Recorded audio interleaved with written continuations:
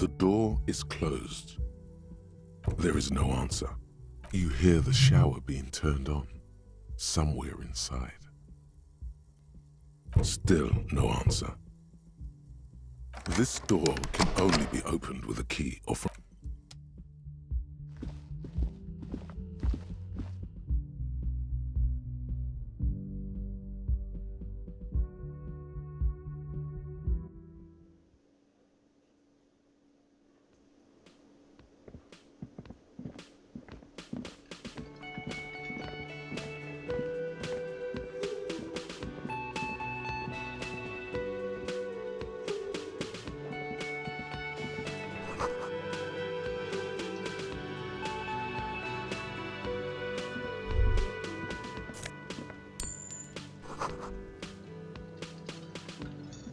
A thin man is smoking below an exhaust hood, occasionally sipping from his mug. This must be the Whirling's cook. As you step in, he nods toward the table and says something in a completely foreign language. The only words you can make out are Garanzi and Kubek.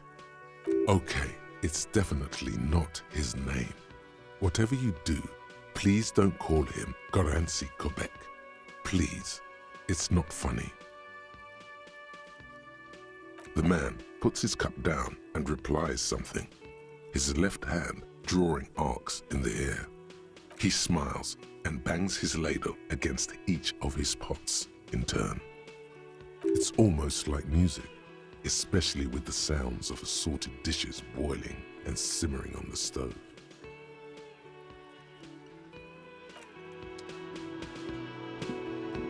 You see a heavy steel door with a prominent dimpled lock. It's painted blue. The cobalt blue surface feels rough to touch. The stainless steel door is flush with its frame on every side. Old cobalt paint, rough on the fingers. 40, 50 years since this was painted maybe. It leads to a side building, adjacent to this one. The old building next to this, half ruined. Whatever is behind it must be older. The door does not budge. You do? It's a door in the back of the kitchen. Why do you care where it leads?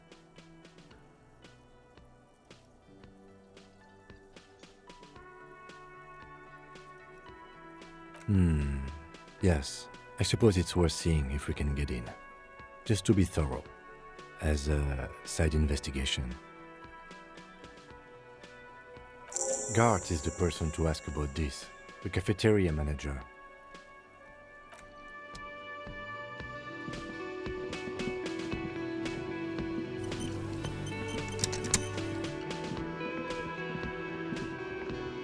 Can I help you? What thing? Oh yes, that door, sure. There's nothing mysterious about it. It's just a door. No, I don't have a key. I don't know how to get there. And I don't care either. It's not like I've been wondering about it for 10 years. It's just a frick warehouse, probably. Or some boring storage space with a bunch of old junk and dust. Junk and dust. He's attempting to maintain an air of indifference. It's absolutely not convincing. Fine, okay, a little. But my job doesn't leave me time for wondering about one locked door. So I haven't opened it. I have cleaned the whole place 100 times over, though, after the animals. And I haven't found a key, so good luck with that. Yes, not the whole damn you. They come here. We should find out who this Lord faction is, occupying the booth. Loudness means talkative, and we need info. We don't. We have to wait. They'll show up. There are these things called days. What? By the way, you should come back to this thing-based questionnaire if you see anything interesting in the Whirling later.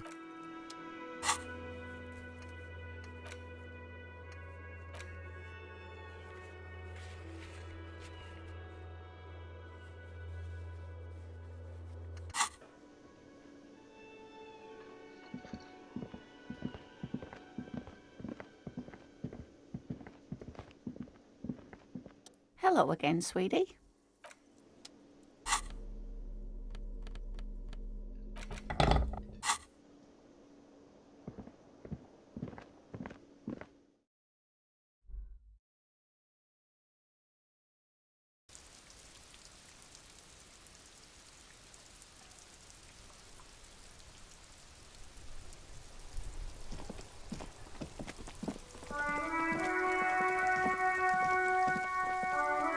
You see a set of tire tracks in the brown slush that covers the plaza mosaic. The tire tracks were left here by an unknown event that took place some days ago. It's a message, written in the language of burnt rubber. Some of that rubber stuck to the tiles right in front of the whirling in rags. This is point A. The driver started there and then accelerated straight into the fence.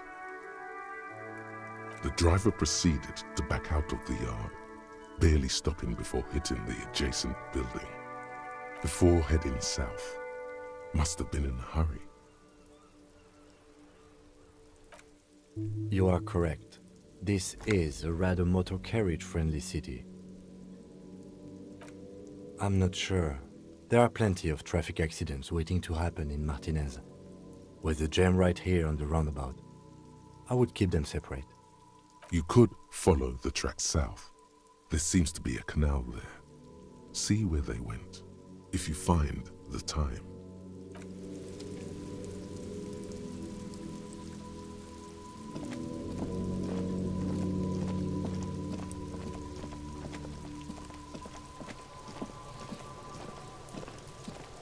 This trash container is locked. The sliding lid has a padlock that says,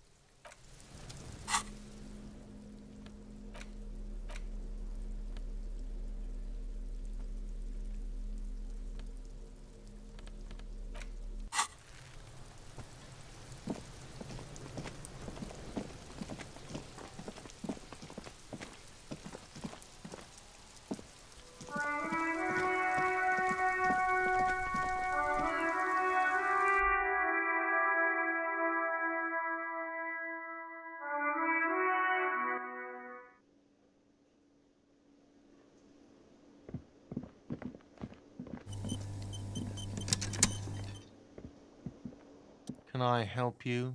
Mine? Thank you for clearing that. Why? I thought as much. And are you the... Well, yes. it seems a little callous, doesn't it? Something stirs in. Prod at him and find out. Callous? Krasmazov, nom de guerre, was an economist and he killed himself. What are we talking about? Was this not about the trash container? Was there something you wanted? What for? Mazov? Are you planning to nationalize? It concerns the case.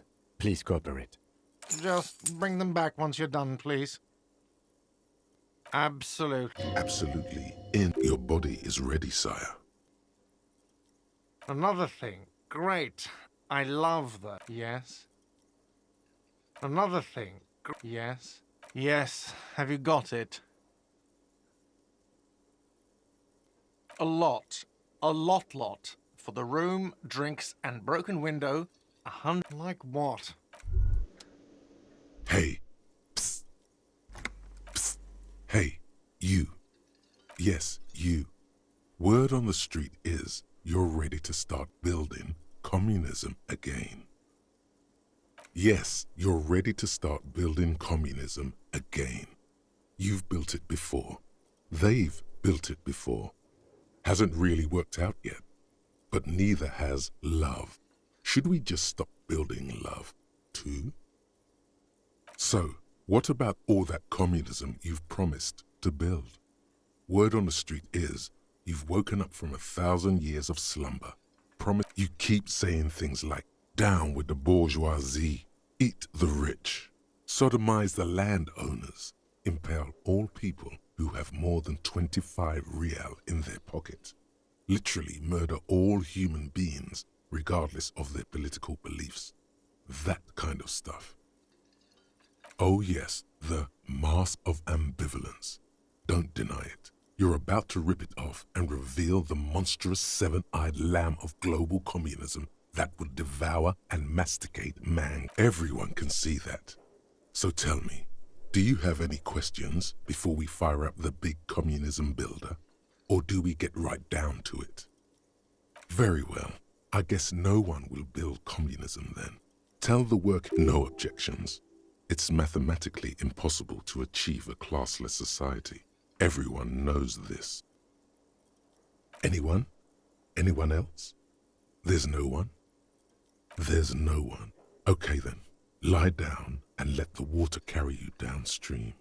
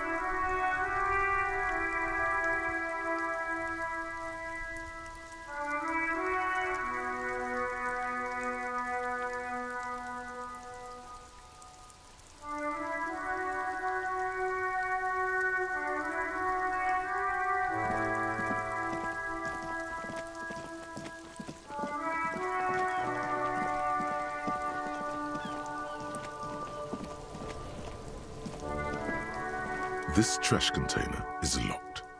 With a well-oiled crack, the lock pops open. Don't. Maybe you shouldn't. Just a feeling. A warning from some part of you. The smell of rotten food rises to greet you. You see soggy cartons, dirty rags, and organic waste. We're just in time. This hasn't been emptied for over a week. You see milk and egg rest with one broken egg in it. Some pasta wrapper. Picking up the soggy packages somehow feels familiar.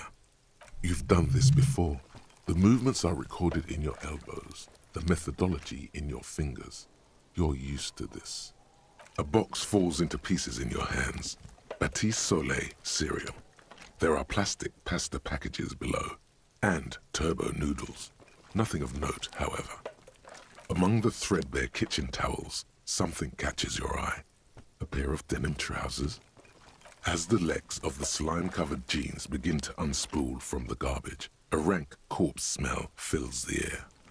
The victim's clothes? Cadaver in odor is faint.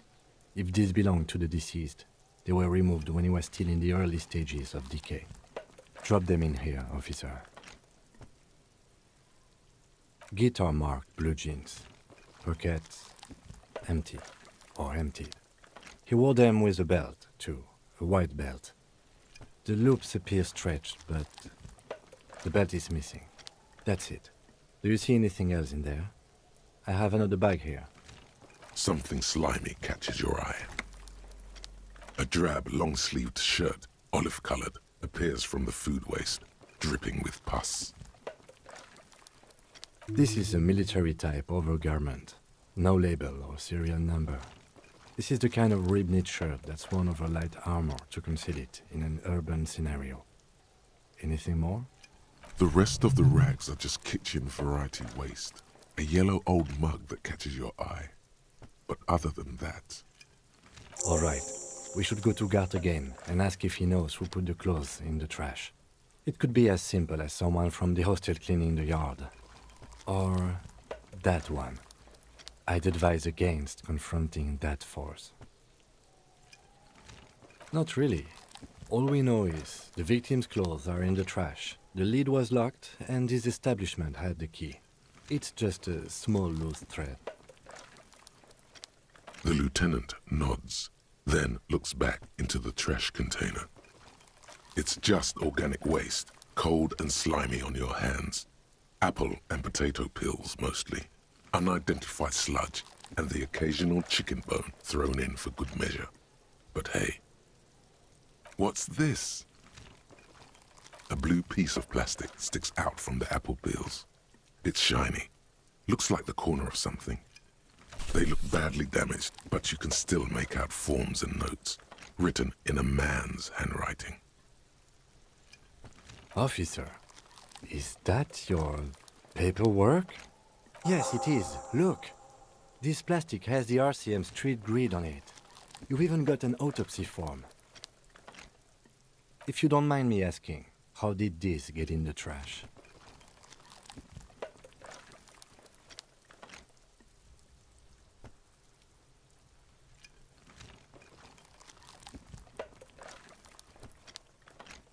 Well, lucky we found it. You should take stock of what remains, just to be sure some has not made it into the hands of the RCM's adversaries. Organized crime and the like. They might have been... It would also not hurt to start taking notes on the case. Now, tell me what your eagle eyes see. Or are we finished? You pick out a broken mug with an oddly racist depiction of the yellow man frolicking in saffron. Only in its social sensibility. The container sounds a muffled gong. That's one thing off the list. I think we got it all.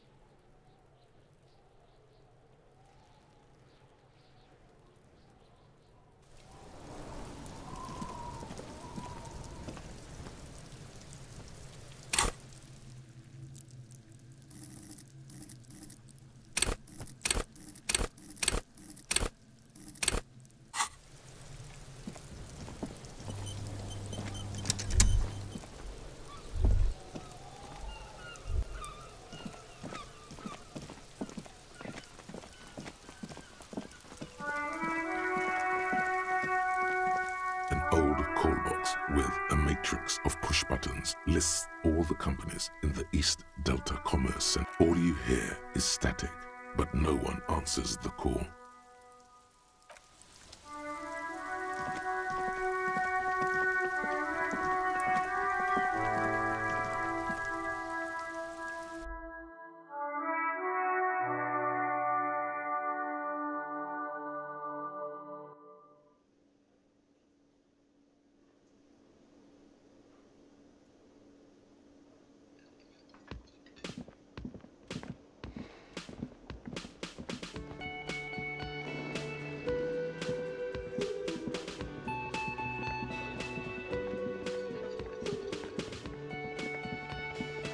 Can I help you? Thanks. I hope you found what you were looking for. How strange. I certainly didn't put them there. Sylvie had the keys before I got here, and I can vouch for her. I can vouch for all my stuff. None of us would tamper with the crime scene. The trash collection service? CS Municipal. I don't see why they would put anything in the trash, though. Ah, the elusive CS Municipal. I doubt we'll be able to track down who was sent here last and when. This will have to be one of those little threats that solves itself down the road. Thank you anyway. I think fugue states are more your forte, officer. Yes?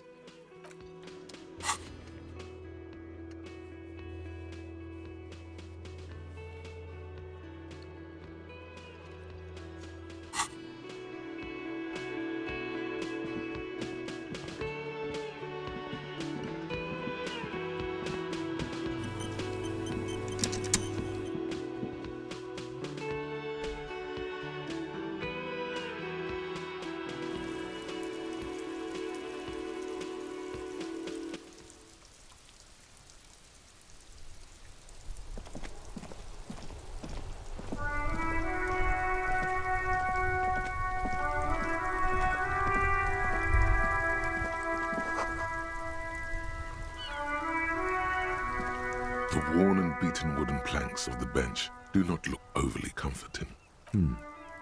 We can sit on benches after we've solved the murder. Let's go.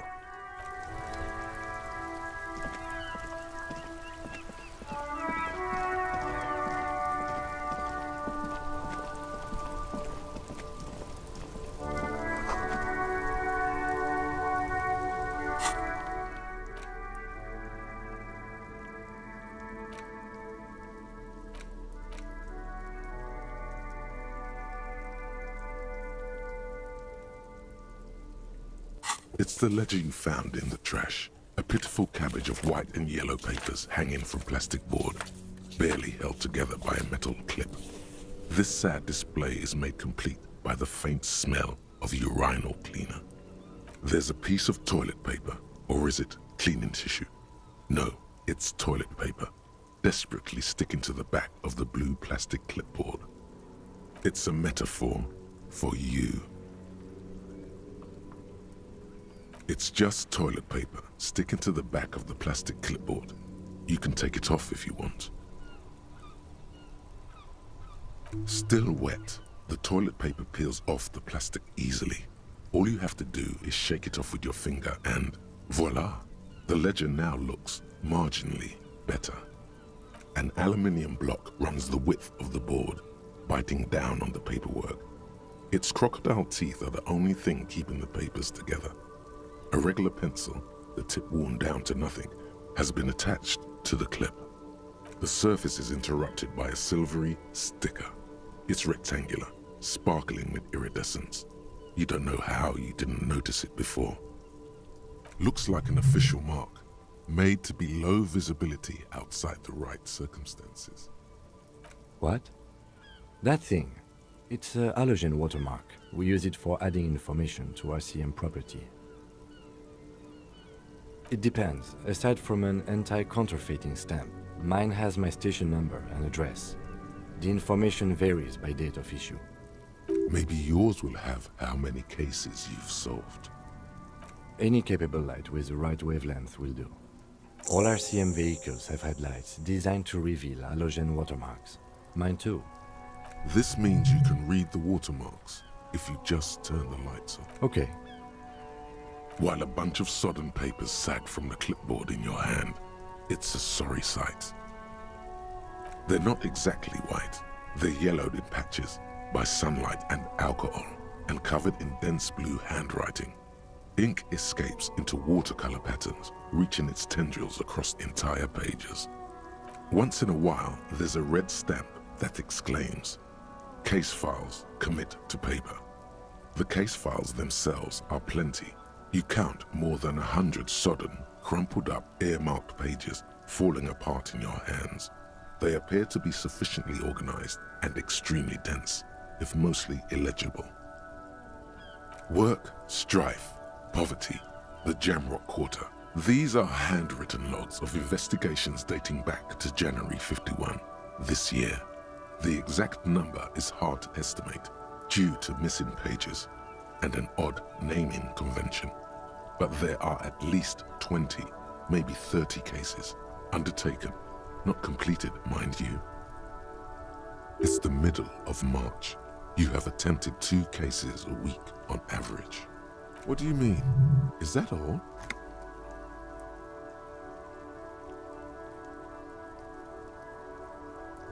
Huh? 2 complex cases to undertake is a lot, yes. You really have to push yourself. I would not suggest it, lest you start making mistakes.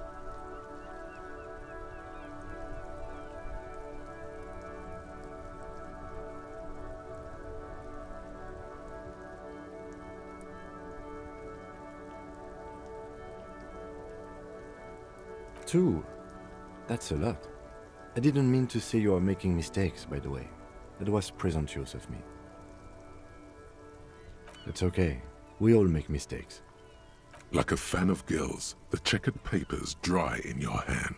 The handwriting is extremely dense, if mostly illegible. The notebook is annual. It says 51 on what remains of its cover. A molten strap of cardboard, Everything prior to this must have belonged to a previous volume. In short, there was more. Yes, it appears you employ a, shall we say, robust yet literary system. Each investigation has its case number written on the margins.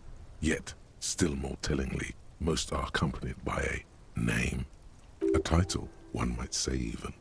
One that draws inspiration from snoop fiction and vespertine cop show staples. Yes, all caps.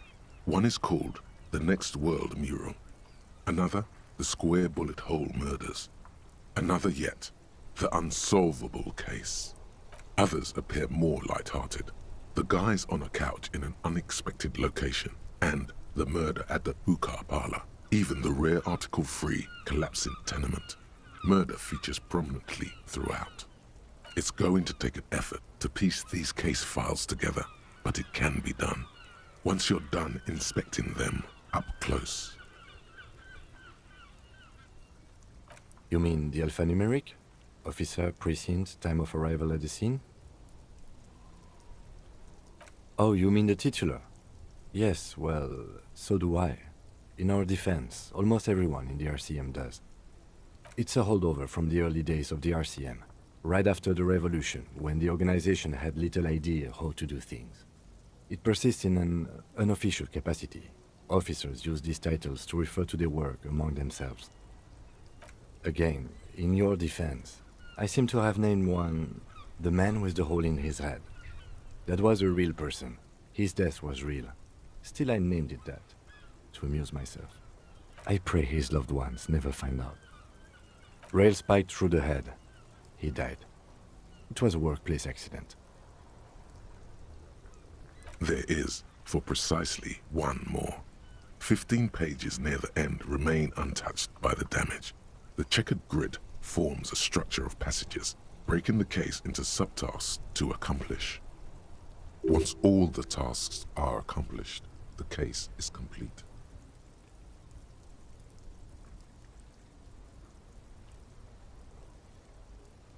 The tasks you've completed flow out of the kind green ape pen in a brash freehand similar to the rest of the letters. The wording comes easily. It's almost robotically simple, a language developed for mental rigor and simplicity. Inspect the victim's body. Interview the cafeteria manager. It's not exactly poetry, but poetry would be out of place. A satisfying slash sounds across the paper. Your things to be done and things already done. The composition of reality. This is an extremely useful tool for a detective of the citizens' militia. Now all that remains is to name the case. No, actually. Any ideas?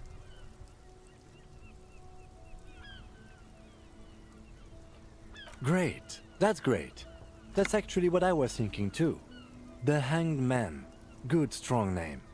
We have a very good name for the case now. I'm going to start calling it the Hanged Man. It's good we sorted this out.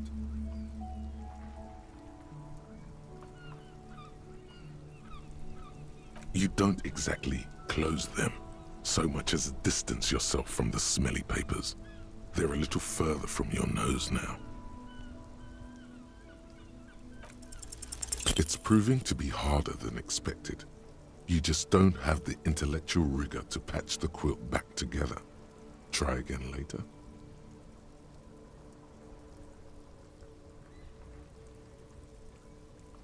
In the back, you see thin, translucent copy paper. Some neon yellow, some bright red, all covered in boxes. Then rip them from the binder and hand them out, according to type of form. 3. The topmost are misconduct fines, the middle ones are station calls, and the bottommost are field autopsy forms. Each is easy enough to make sense of. You don't have to be an intellectual giant to do police work. A monetary penalization ranging from 20 to 250 real. Severe cases allow for 1,000 real, but that requires special paperwork. The details of issuing these fines are spread out over the rest of the fields, but they appear pleasantly vague. These are quite sinister in tone. They give a date and time for the person to appear at the specified precinct police station, but all in a print so small it could be considered downright cute. A dozen pages of thin copy paper, bright red in color. You see the parameters of a deceased human form waiting to be filled in. Age, sex, condition of internal organs. Yes, all that remains now is to fill those forms and hand them to people. Fines for wrongdoers, interview requests for bad guys, and field autopsies to dead guys. The rest of the stinking cellulose is much worse for wear. Being sandwiched between the board and the rest of the paperwork must have spared the fragile copier paper. It's made of dark blue plastic, hard enough to beat someone to submission with. The edges are rounded, however. The U4 size board feels thick and heavy in your hand. Light shimmers on its wet surface. On the back you see the embossed letters, RCM. Something rattles inside, ever so lightly. Is there a hidden compartment? And something small inside, light, made of paper or cardboard, or dried flowers perhaps. Permeables. It's not hidden per se. The compartment is made for permeable materials that would get damaged if something happened to it. The plastic shimmers like lapis lazuli, but it is not see-through. You cannot see to its center. With your hands, U4-sized pages hang from the clip screwed to the top of the board.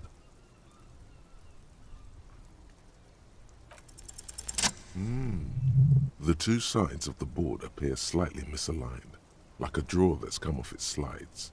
If you bend the plastic on your knee slowly, the slides snap back into place. It should be possible to just, Without resistance or sound, the two panels move against each other. The compartment is now open. 2 ticket stubs and a handmade postcard. 2 octopuses are smiling, reaching their tentacles toward each other in the colored pencil drawings. The tickets permit access to the zoo in Revachol East. The aquarium costs extra. These let you go there too. Thin wax paper has been glued to a piece of cardboard. Sounds like leaves rustling when you pick it up. You see violet flowers, floral patterns, patches of glue.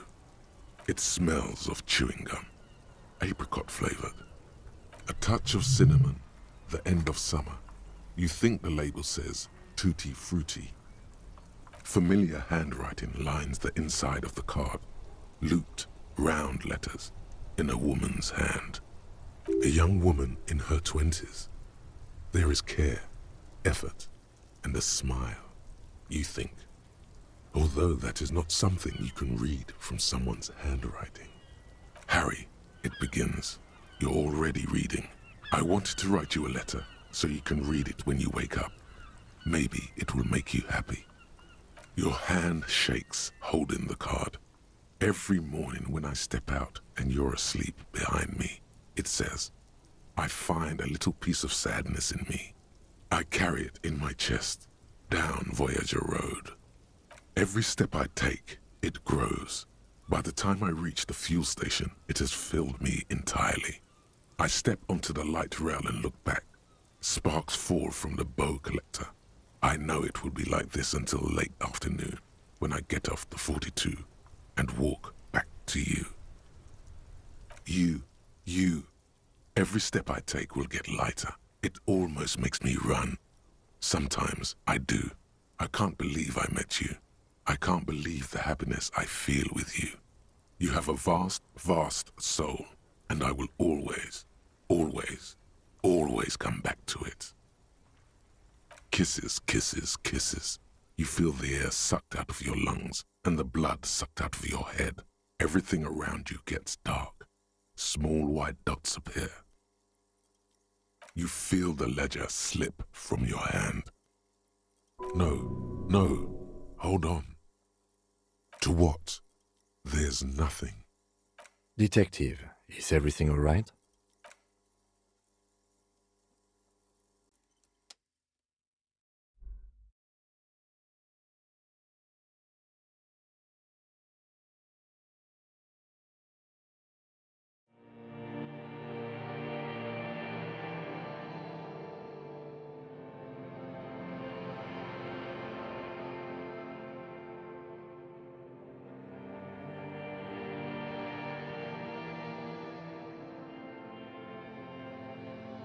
There is nothing.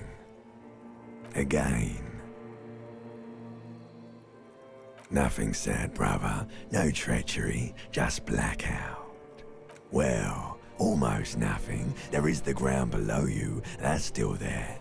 And the small light that's on, fluttering, somewhere in the basal ganglia. That's me. Blue eyes, that's me. Who was what? He speaks of the sickening longing, the unwell emotion. Even in the darkness, he's grasping for it. Still trying to hold on to the great sorrows slipping in the water. Slimy. The cool when you're dead, brother. Here in the paleo-mammalian cortex, we call it the shadow. Because it's always there. Tell him. Tell him. Ah, yes. In the olfactory system, they call it the apricot chewing gum scented one. It's unhealthy of them to linger on it so. But as they say, what do you do? It didn't smell nice. It smelled like betrayal. Bloated corpse of the past resurfacing. Beautiful. Believe me, stupid ape, its lack of beauty was not the problem. There is no Voyager Road. There are no roads, no houses, no lights in the windows. It's all on pause. You think they would let you? Until you disintegrate into biomolecules? No. Someone is breathing on your face now, inspecting your pupils, stupid idiot. Yes, they're pouring something on you. It's in you. And It's delicious. Glowing lights on a dashboard emerge out of nothingness. In the upholstered cabin of Lieutenant Kitsuragi's motor carriage, seated in the driver's basket, the air is thick with leatherworks and heavy fuel oil. Cold water. Drink. Water. The water is cold, silvery, the stuff of life itself as it pours down your parched throat. The pounding in your head recedes. The darkness parts. Drink. You haven't drunk water in 2 days. Did you know the human body is not made to survive on alcohol alone? You need a secondary form of hydration. With greedy gulps, you down half a liter of cold water. Some of it spills on the driver's seat.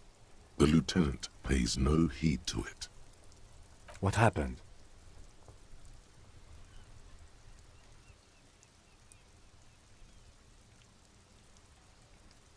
That does sometimes happen.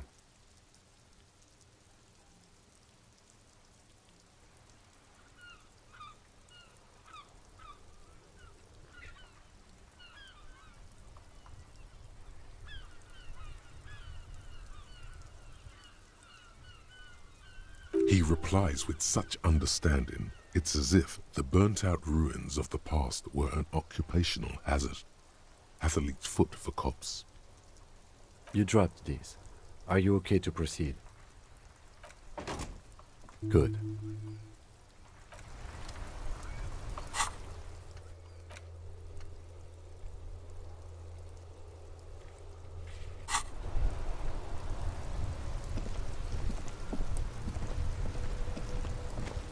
Inside, you see a set of steering levers, a radio microphone, a pull-out toolbox, and the soft glow of the fuel preheater gauge. All right. Ready? I turn, you press start. It's next to the preheater. The dashboard lights up with orange glow. The rounds per minute gauge jumps, and the engine of the Caprice Canadian comes to life with a whiny growl.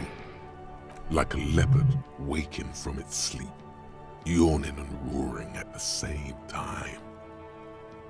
The lights unfold with a little click, casting electrical light onto the ground before the vehicle.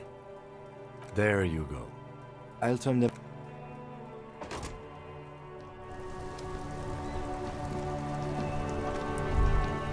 As you hold your ledger's clip under the headlamp, an iridescent hologram appears. A street grid and the veins of a great river. A familiar sensation washes over you. There she is. Revachol West. Around the borders of the watermark are dozens, no, hundreds of micro-perforations. The rectangular watermark is overlaid with the logo of the RCM, and yet the major arteries of Revachol are all recognizable. They shimmer in the Kanema's headlights. Let me see. Right here.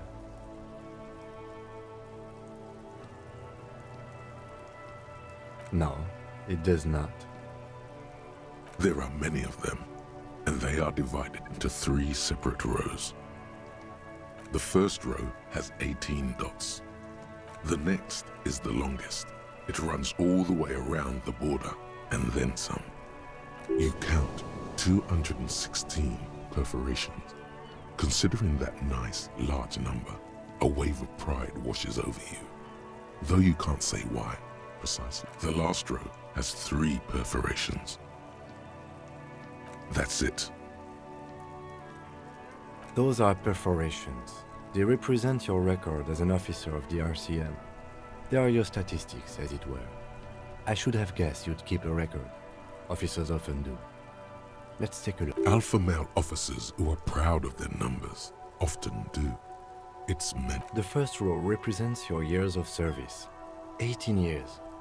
Okay, not bad at all. What did you do before you volunteered?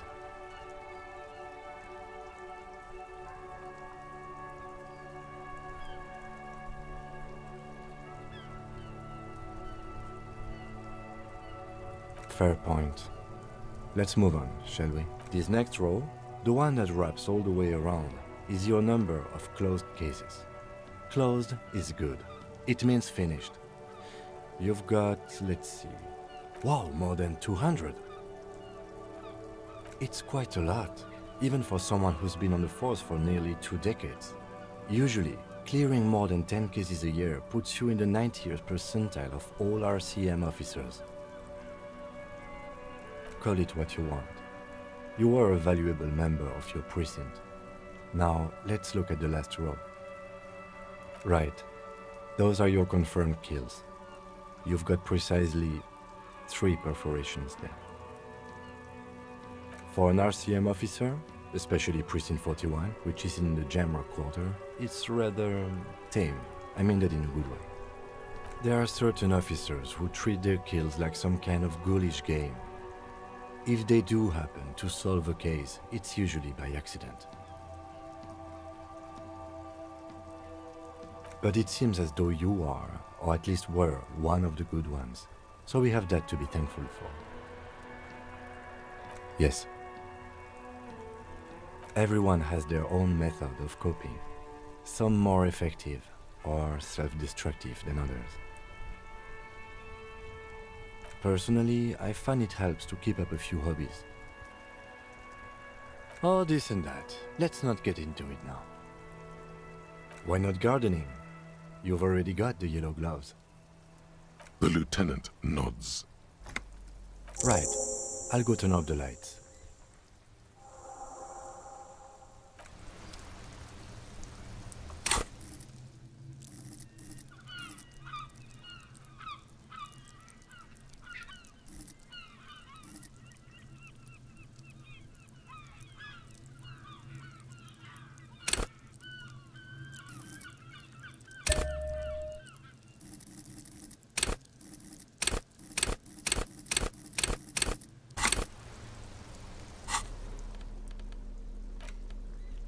It's just a racist mug.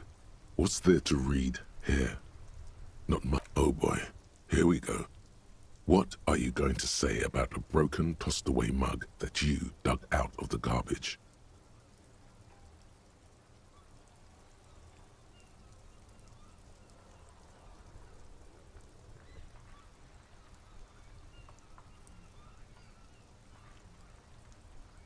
Understood. You're that kind of detective. Why don't you get...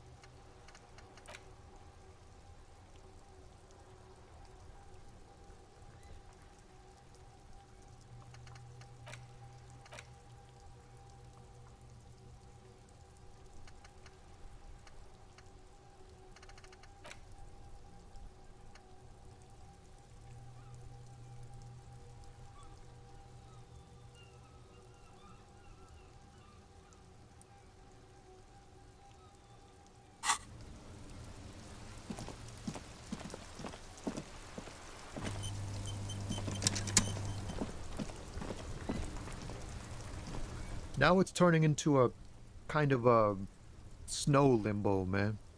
What's on your mind?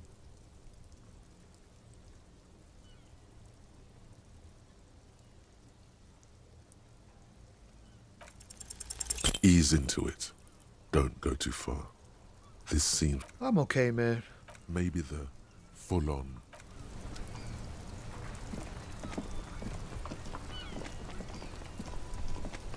I can't believe it's snowing again. It felt like springtime just a few days ago.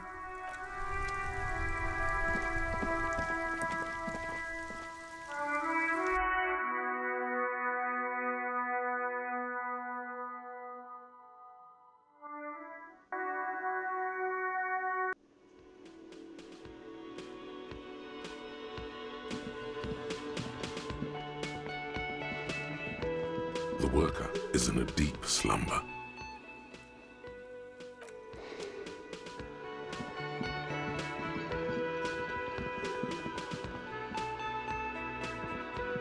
Can I help you? Another thing. Great. Yes.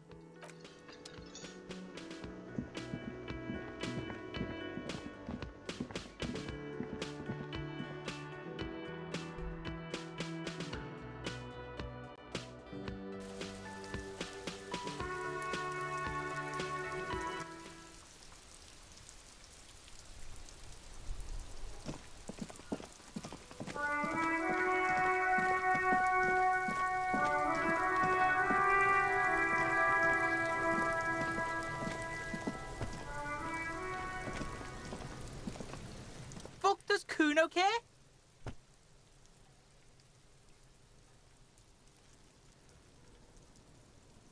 You found Kuno's secret door to Kuno's secret shack. It was closed for 5,000 years. How the fuck did you get in? Shit. Get the fuck out of here. You can't do that. You can't do that, Kuno. He's trying to fuck at you again. Pigs can't displace. Can't do that teleport shit. How did you like it in there, pig old boy? Kuno's got a lot of cool shit there, right? Oh, that? Kuno decapitates pigs. That's just a Kuno demo tape.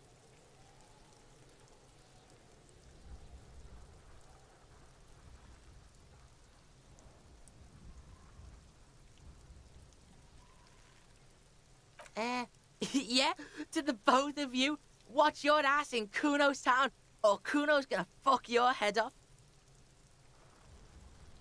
That's where Kuno gets his daily hit of electric. Kuno Shazam. Kuno rides the fucking lightning in there, pig. Bet you'd like to ride the lightning too, wouldn't you? You feel tired and old, but you could have that sparkle in your eyes. It's a vitamin, pig. Don't you know anything? You could use some. Yeah, it's the mag. You fucking need that shit to stay on top of your game. Kuno goes through like a tube a day, rips mag like a motherfucker, and you could use a bottle. Oh, don't teach him, Kuno. He's gonna use it against you, Kuno. You're not getting this, pig. It completely takes away the hangover. It's like you didn't do anything. Like you stayed home playing with your choo-choo. Fuck you, pig. Don't do mag. You're gonna OD and you're gonna fucking die. Of course you fucking can.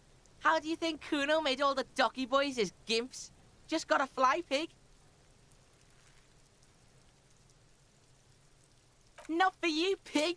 Kuno can't wait to see you get all scared and shit your pants. Kuno can't wait to see you shit your fat pants. That's all there is to it then. Don't be a pansy. Just Good call, Pigmeister. Don't come and talk to Kuno about his kingdom.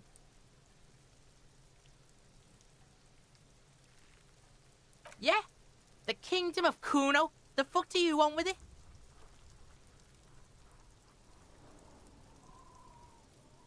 Yeah, Kuno doesn't know shit about that. That shit is beneath Kuno. Listen, listen. Kuno doesn't care about this small-time shit. Just listen. Kuno saw what you did there, dumpster diving. Sad shit. Kuno could hook you up with some sweet rags. Shit like Kuno's wearing. Your size, good price. 500 real. you'd have to be blind not to notice the giant white letters F-A-L-N running down his trouser leg.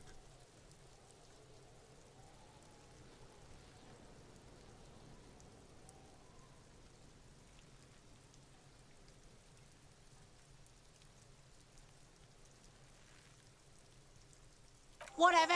Kuno was trying to help you, but you're too fat for falling anyway, pig. The fuck? A mug in the trash? Is this about the fucking clothes again?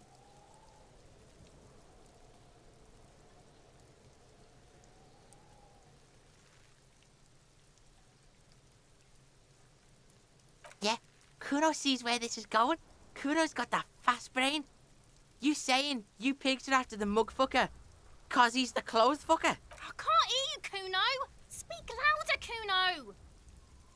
Shit, that's tense. Someone's going to the beat-down basement, huh? Mug guy gonna get tied to the radiator. Kuno doesn't know who put that shit in there. And if he did, he wouldn't squeal. But if you find out, maybe you can... Tell the Kuno who it was. He's curious. He likes putting two and two together here. Stop turning into a pig, Kuno. They're trying to get you hooked on the snitching. Get away from my Kuno. Yeah, get your bacon shit away. Kuno doesn't like to be seen with the popo. Get your shit done and out of Kuno's face. Look at that fucking shit. You're trying to get Kuno killed. Fuck does Kuno know? Kuno's not a fucking acrobat. The lieutenant takes a quick note in his notebook. It's a trap, Kuno. Don't climb it, Kuno. Dunno.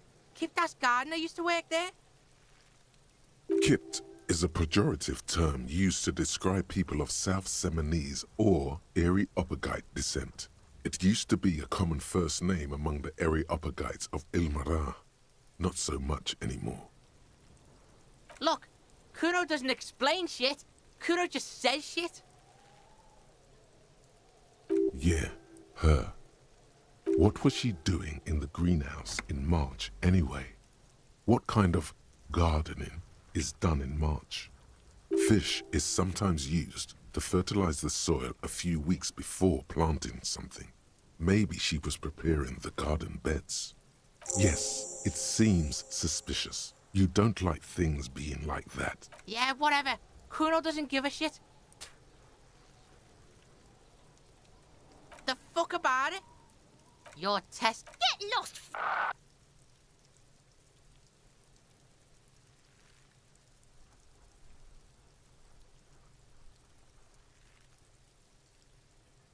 Kuno doesn't... Hear that? Magnesium. That's what you're lacking. The lack of magnesium has you slouched. Yes, and it's critical. Look at yourself. You're practically devolving into a fish due to the lack of magnesium in your bloodstream. You need to get so magged up. You've probably had 2 heart attacks and a minor stroke already. And the only prescription is insane amounts of magnesium. Yes, if you want to live, you need to evolve. You need to ascend the carbon barrier. Go to the apothecary and buy insane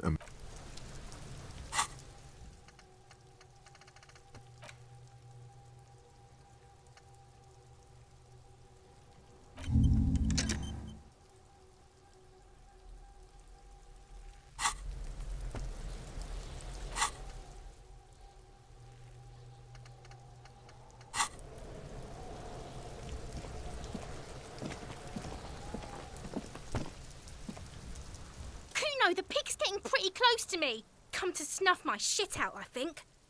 Looks like it's time for me to go, Kuno. Pig's come to take me in. I'm going away for a long, long time, Kuno. Going away for life. What's going on there? Fuck are you trying to pull, pig?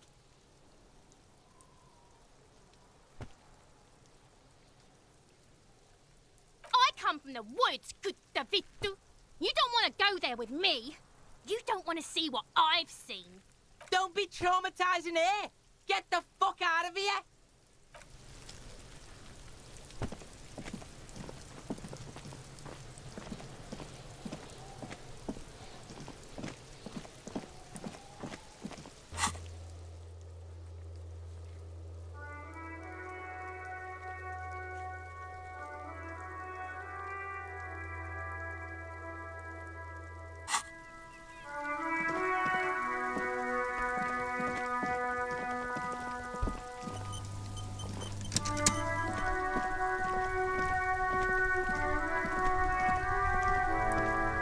I can't believe it's snowing again. It felt like springtime just a few days ago.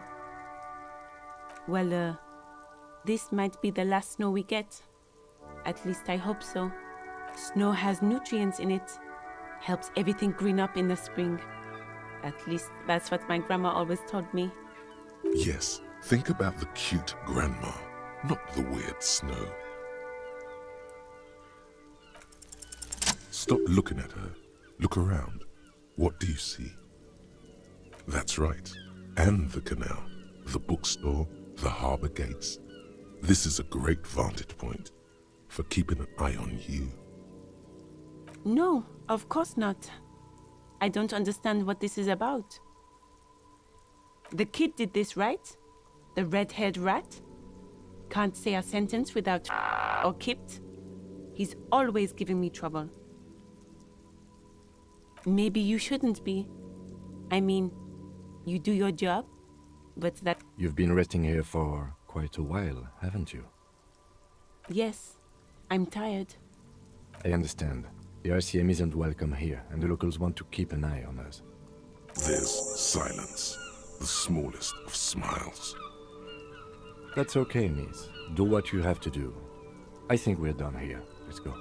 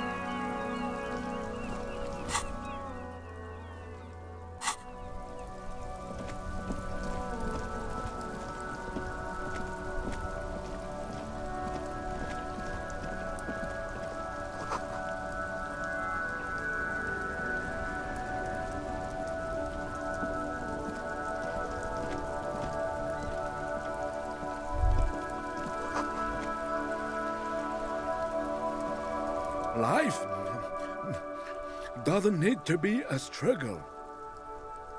I'll be with you in a moment, officer. Let me just finish my sandwich. Talk to angry old René first.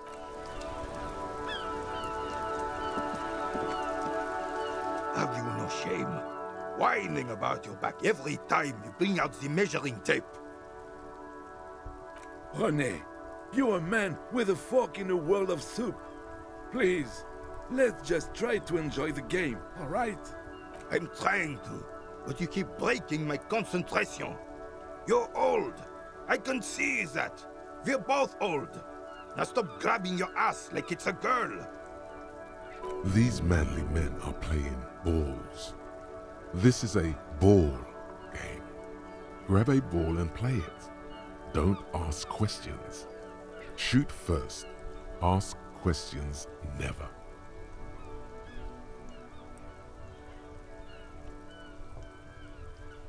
No, you got this. There's the ball. You're the game.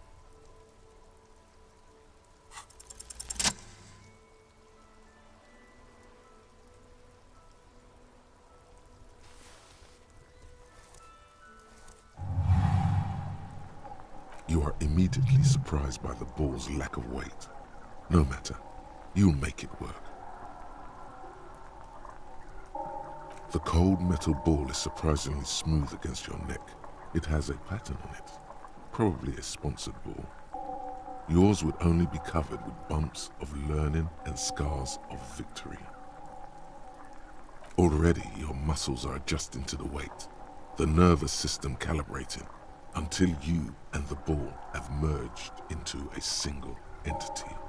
The man ball is ready. A chilly breeze ruffles your hair as you stand there, feet firmly planted.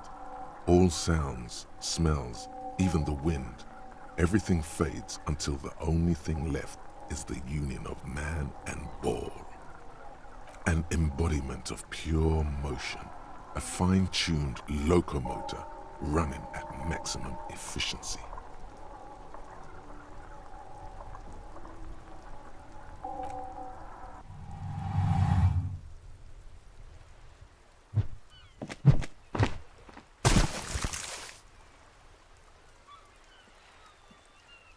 Merde! Bordel de merde! A whorehouse of shit? It wasn't whorehouse of shit. The shot was at least 23 meters, probably 24, and then some. Nothing. What the hell is your problem? You vandalized our game, son! We can't play pétanque with 5 bull!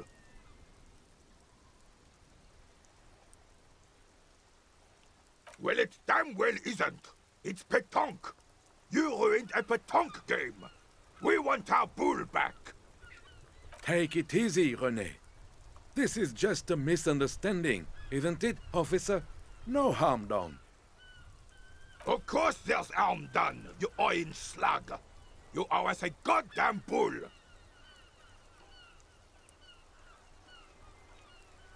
Good. Mistakes are forgiven when men at least try to right their wrongs. I believe you would. Yes. Why did you come here? It's unlikely they know anything about the murder. Unfortunately, I don't. Unlike most of the locals, I have no qualms about assisting law enforcement. But this affair has passed me by completely. In Martinez, the union is the law. So can you really blame them? Cop is a pejorative term. I don't have a problem with policemen. On the contrary, I admire the effort to bring order to our streets.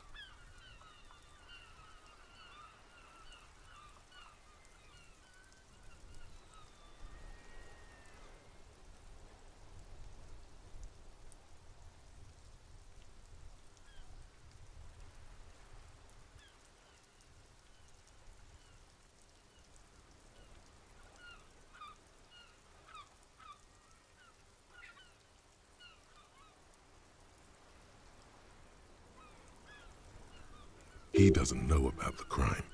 Your time is better spent discussing politics. I'm confident they are indispensable in regard to all the paperwork and other administrative duties.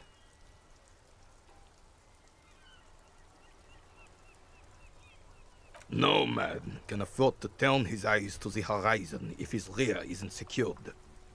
If the womenfolk take care of that, then men can tackle the bigger issues. The RCM doesn't discriminate.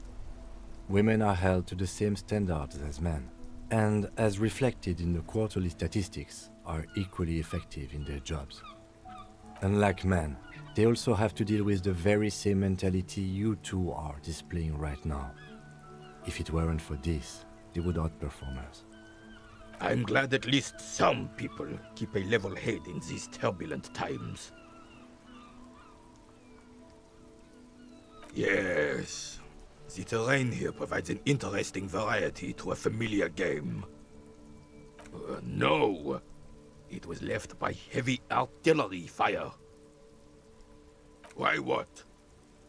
Because that's what happens when communists hijack your country, execute your supreme leadership, and turn your capital into a slaughterhouse. You use heavy ordnance to clean up your home. Commies, communists, socialists, anarchists, call them what you like. They just chose the name to feel special. Senseless sentimentality. Sadly, no. It was the foreigners who brought them to their knees. We fought valiantly. Too valiantly. So valiantly we got licked. Should have fought dirty, like they did with their suicide sex cult propaganda and mad anarchist women strapped to shrapnel bombs. We didn't though, and we lacked caliber. God bless him, but the suzerain's cannons simply weren't big enough. It was probably a bit more complicated than that.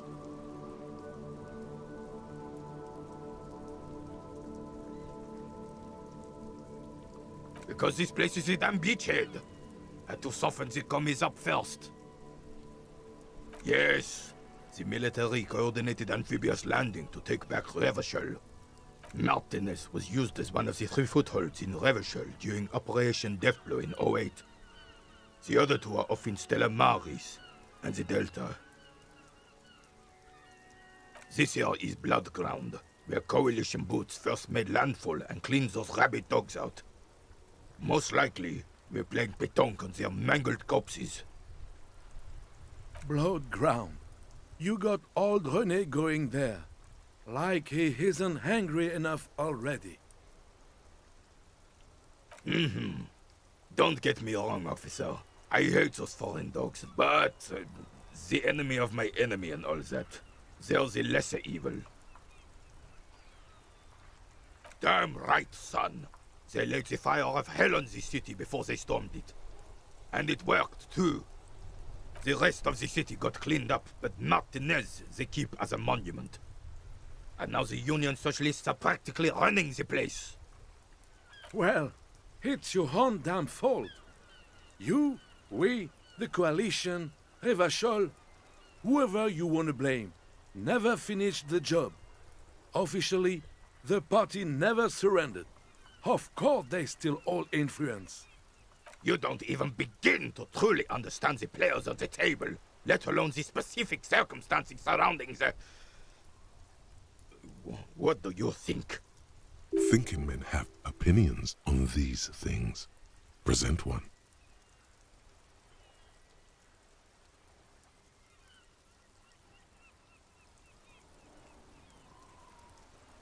I'm sorry it had to be them.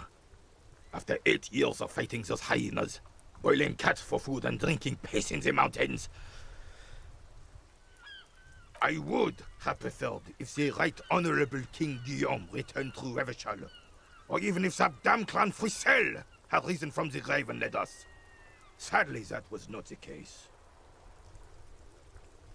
Instead, all that is just, holy, and beautiful in the world was wiped away, and now it's neon signs with toothpaste ads everywhere. Foreign influence peddling garbage and stupid music on the radio. This is just what the commies wanted. This was their plan all along. This is what they wanted to replace the role of the suzerain with. It doesn't. That was 100 years ago. Ain't got nothing to do with anything. Damn Frisel. He was the king we couldn't protect. The Carabineers failed him, and the crown. He died in the hands of the Hyperlay, in a very public execution. He slouches as he says that. It makes him smaller, admitting they left the king to the mob. A true king in both blood and mind led Revachol before Frissel. He would have been better, but the damn commies drove him into exile. Some manner of self-deceit is present in his thinking. Sounds like this Guillaume abandoned him, and he doesn't want to admit it. The suzerain is the king! Has everyone forgotten already? They've forgotten already. It's no use talking to you. You were still in Daddy's balls when it happened. When we took our last stand against the filth and rode the cavalry straight into gunfire. All you observe is a veteran refusing to let go of the past and his old uniform. This is not uncommon. This is the uniform of the Royal Carabineers in service of Frissel I, Guillaume le Lion, and the valiant King Philip V before him. Don't you mean Frissel the Fan? You do not speak his name, Craven, although he was a clown. But he was our clown, ours to ridicule and to mourn. There's something you missed. You will get to it. Don't worry. Ah, yes! King Philip III on his steed. A reminder of what Revachol once was. Oh, absolutely. At the mercy of a cocaine-snorting tyrant who emptied the treasury so he could sleep on a bed of gold. A superpower, feared and respected.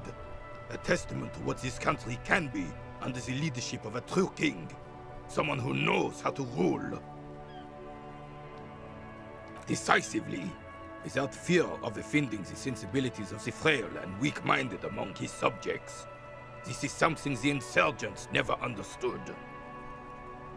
A nation is only as strong as its leader. That's why it was such madness to try to... Don't get started on that again. What happened, happened. The Carabineer doesn't reply, but his entire being communicates unbreakable resolve. Oh, old Philip was a big fan of the purple-nosed candy the nobility loved so much. A cocaine connoisseur of sorts. His egocentricity is borderline legendary. You can't even take the responsibility for yourself. How could you fathom the responsibility weighing on the shoulders of a ruler? That's why the Philippian kings use cocaine, for clarity of vision, to aid in their work. Regnum cocainum, Revachol's finest years. Of course, clarity of vision, awareness. Philip III was even brought into this world with the help of cocaine. The court made him administer the dose to his mother when she was in labor, and it is well known that with the help of cocaine, only the purest, of course, he was able to connect with higher realms. He's just making excuses for the king's habits, isn't he?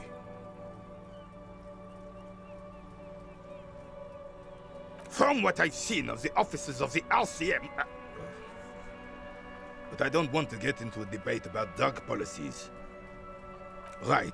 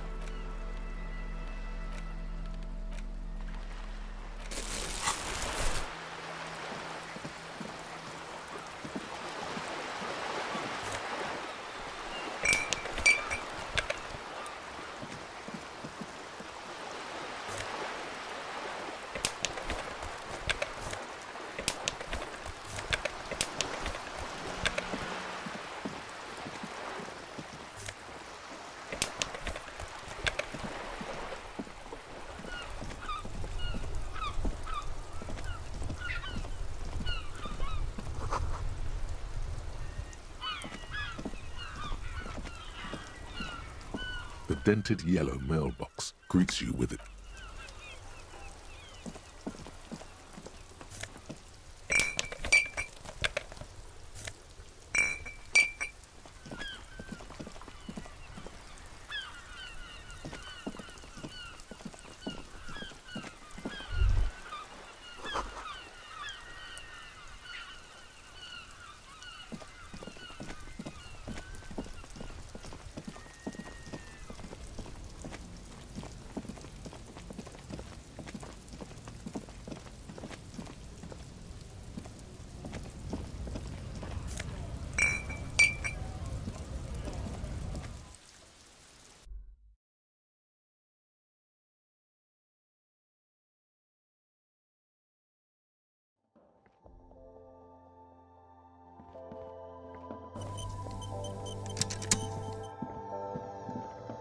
The tear machine stands in the corner.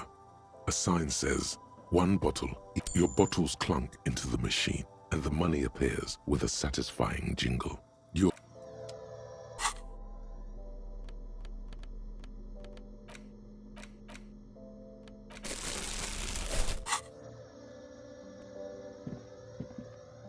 A small cabinet on the wall is filled with various medicine bottles, nasal sprays, and... Okay, here. I hope Saint Baptiste makes you feel better or something.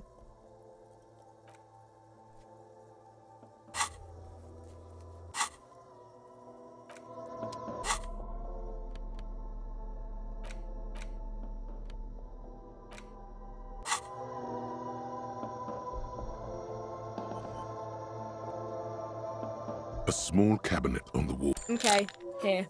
I hope Saint Baptiste makes you feel better or something. Okay, here. Okay, here. I hope Saint Baptiste...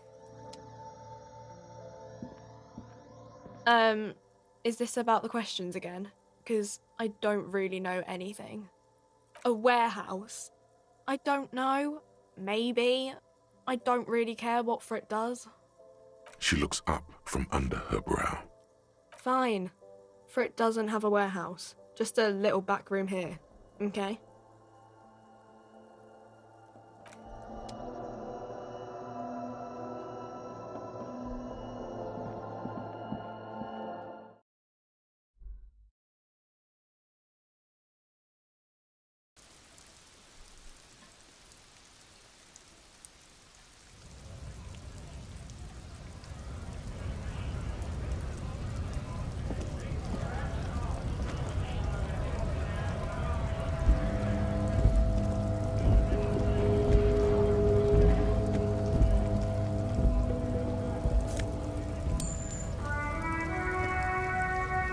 A lorry stuck in the traffic jam.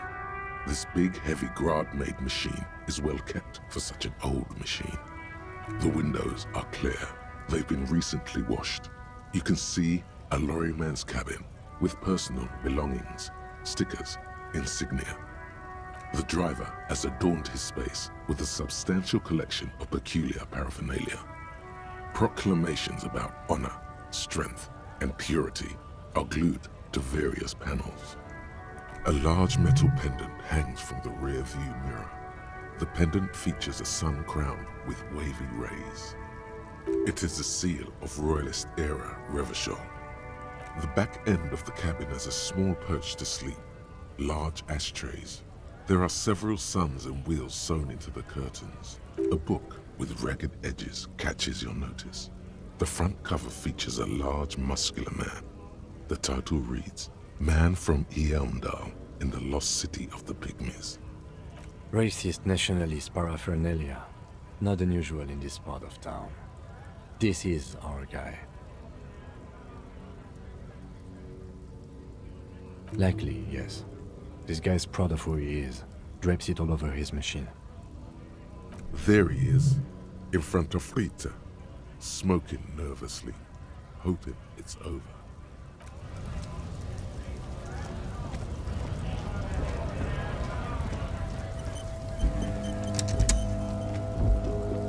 Looking for something?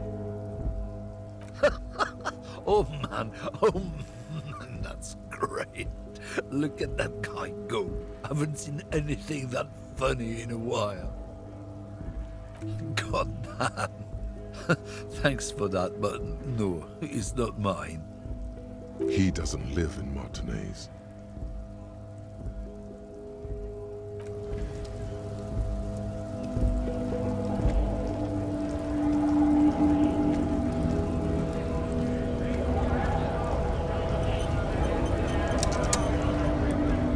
Bastards!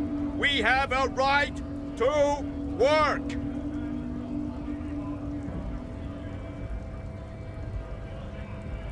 Hold up and stay frosty, everyone. Cops are here. You here to fuck with us? Beat the honest worker down? We're here to fight for a cause. Stripes usually have problems with people who have causes. Good. We're fighting for a cause here. Right to work! Right to work! Besides, we're not that different. It helps if people see us talking, cops and strikebreakers together. Shows authorities are on our side. Builds confidence. Rights of people, rights of workers, to have gainful employment, to make a salary, and feed their families. His manner of speaking is wooden, the tone of voice bland and uninspired, almost as if compiling replies from a set of learned phrases.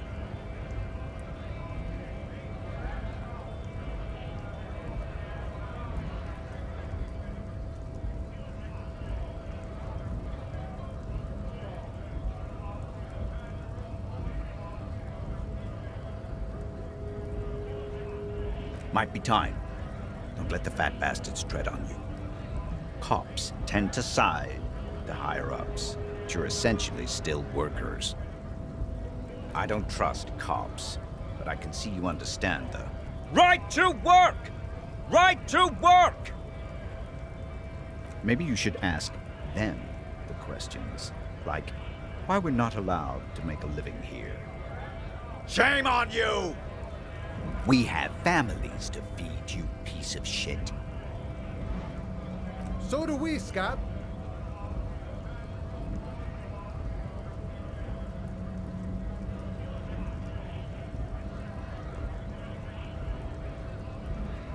Have fun. Union shits are on full strike.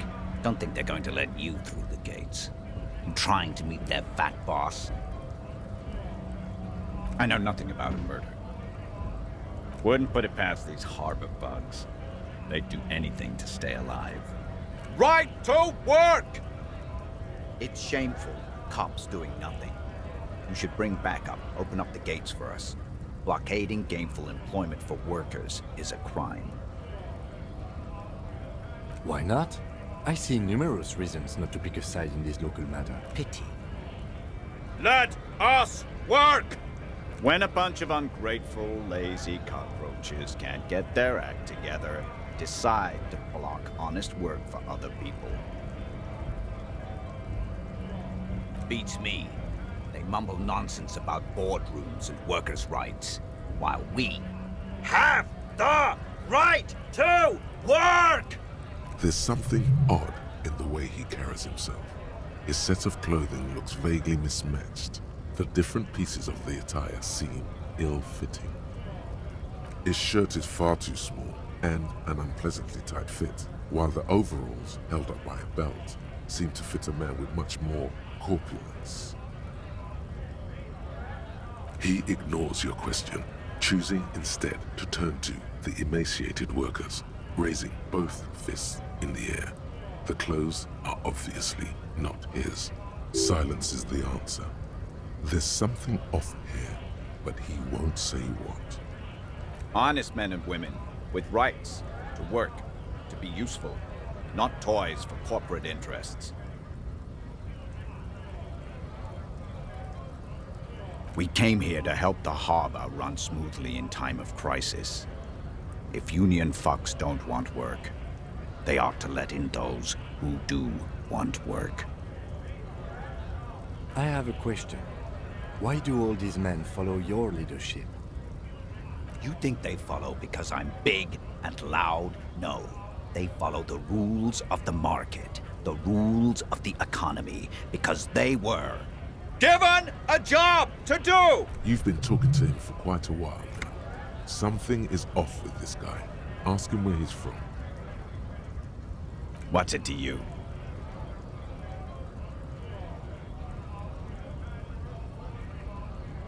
No, don't think we've met before. I came to help out the people. Every once in a while, it's like you can see glimpses of another guy under the guise of this fighter for jobs. He seems a more brutal, cunning, and suspicious person. Just a hunch. Or you just might be paranoid. We're all workers, right? Workers stick together. Came from the eminent domain, in Jamrock. Backgrounds in odd jobs, heavy lifting, cargo hauling, bouncer work. I know the drill.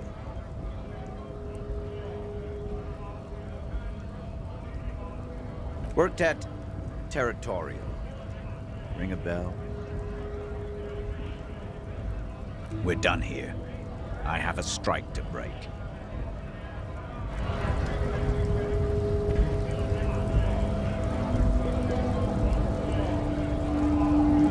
Yes?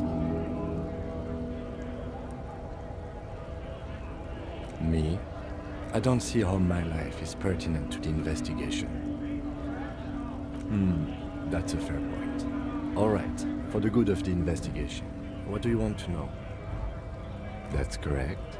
You feel a slight urge to put the lieutenant down for this, but you can't quite muster enough testosterone.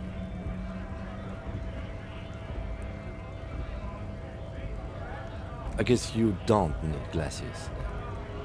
That's because I'm half Seolite, or quarter. My father's father was from Seoul. So was my grandmother, but from my mother's side. It's not an interesting topic. It's a part of the world, officer. A geopolitical entity, and a geographic division. I told you it wouldn't be interesting. Seoul is a protectionist, isolationist, pan-Isolari state west of the Insulindian Isola. Actually, it's quite interesting. Some would even say mysterious. You're barking at the wrong tree. I don't speak a word of Seolite. I've never met either one of my grandparents, and I've never been to Seoul. I'm a regular Hevasholia. A point of pride to him. No. The lieutenant nods. What do you mean? I have no idea what you're talking about. The lieutenant's conceptualization skills must be rather rudimentary. I can't say that it does, no. When I need to think, I just use my notebook. The lieutenant produces his small blue notebook and idly thumbs through a few pages. We all have our different mediums. His is written. You're super lucid, yet psychedelic. You don't need office supplies to connect to your nervous system. You're special. Good. Let's change the subject. Excuse me?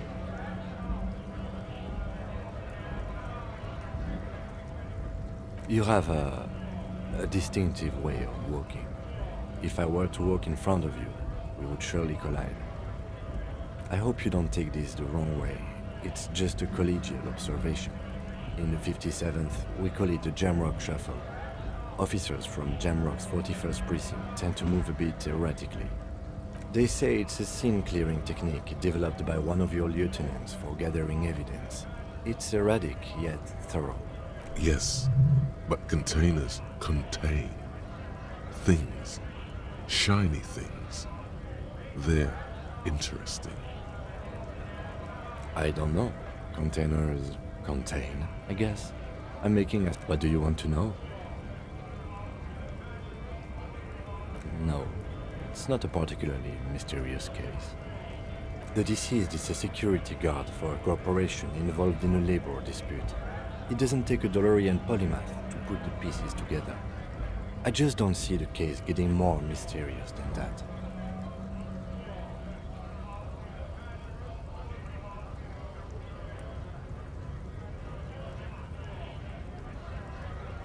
I'm relieved that you agree.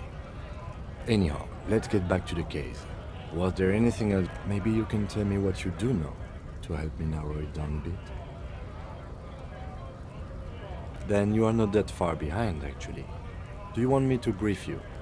3 days ago, the RCM Emergencies Desk received a report about a security guard who was found hanged in Martinez. An anonymous caller said there was a dead body behind the Whirling in Rags hostel cafeteria.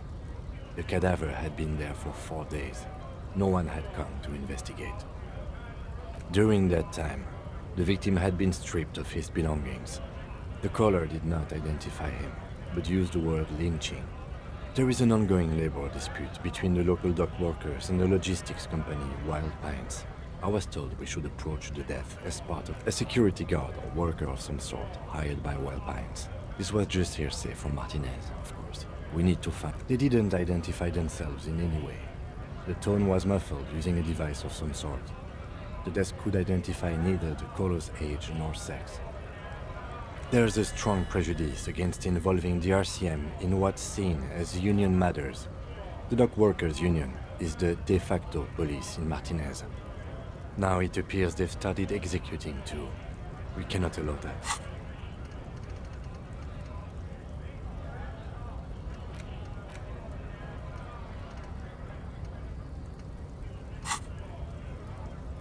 That's us, the Revachol Citizens Militia. We're the police in this city. The RCM, or the Revachol Citizens Militia, is the police force you and him are part of. A self-organized peace corps of the occupied city of Revachol. The RCM operates within a legal twilight, yet its authority is rarely questioned. It's super useful to know this. Just to be clear, we are police officers. It's our job to find the killer. That's the case. Uncover and arrest the killer. You mean like a brief? Do you want me? There's no reason to wing anything. 3 days ago, the RCM emergency. During that time, the victim... Okay then. Was there... Good. No response. He's having trouble processing it. Believing it even. Have you tried concentrating on something other than your personal affairs? There is a sudden, harsh edge to his voice, like he's tired of hearing about your personal affairs.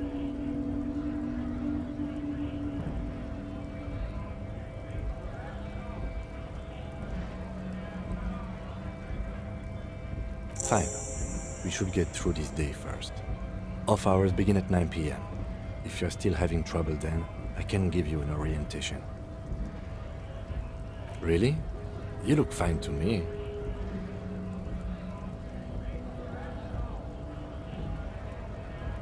This psychodrama is unbecoming of an officer. Clearly, he prefers to think you're malingering. He cannot fathom that anyone could drink so much as to retroactively erase their entire life. Then you should consider seeking medical attention. You can use the radio in my kinema to call your station's Lazareth. Was there...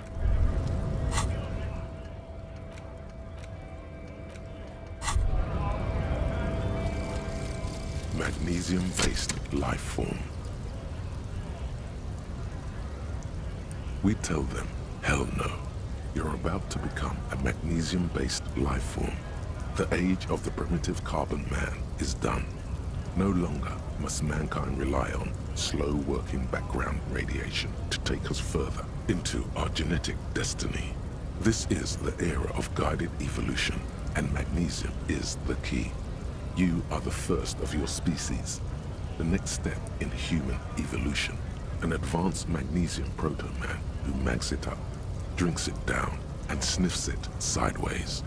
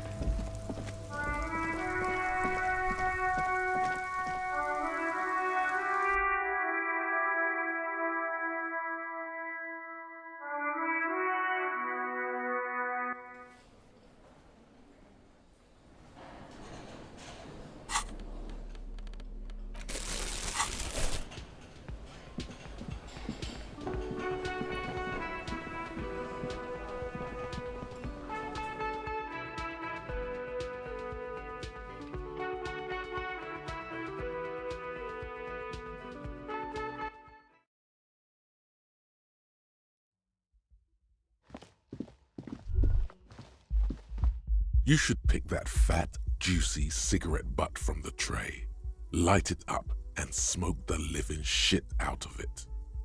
The living shit. Your mesolimbic reward pathway does not mince words. It wants smokes. Who knows what you are? A monster, a murderer, the gnome of Jeroma? You feel like a smoker, especially when you look at that juicy, succulent, seductive. How very astute of you. This renders it ineffectual. You should look for a whole cigarette, or better yet, or you could not do that.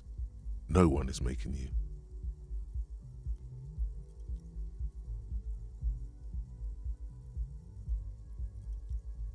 Good. Thinking about yummy cigarettes in your mouth is the next best thing. And when you're done thinking about them, graduate to getting them. Plus, smoking them gives massive bonuses.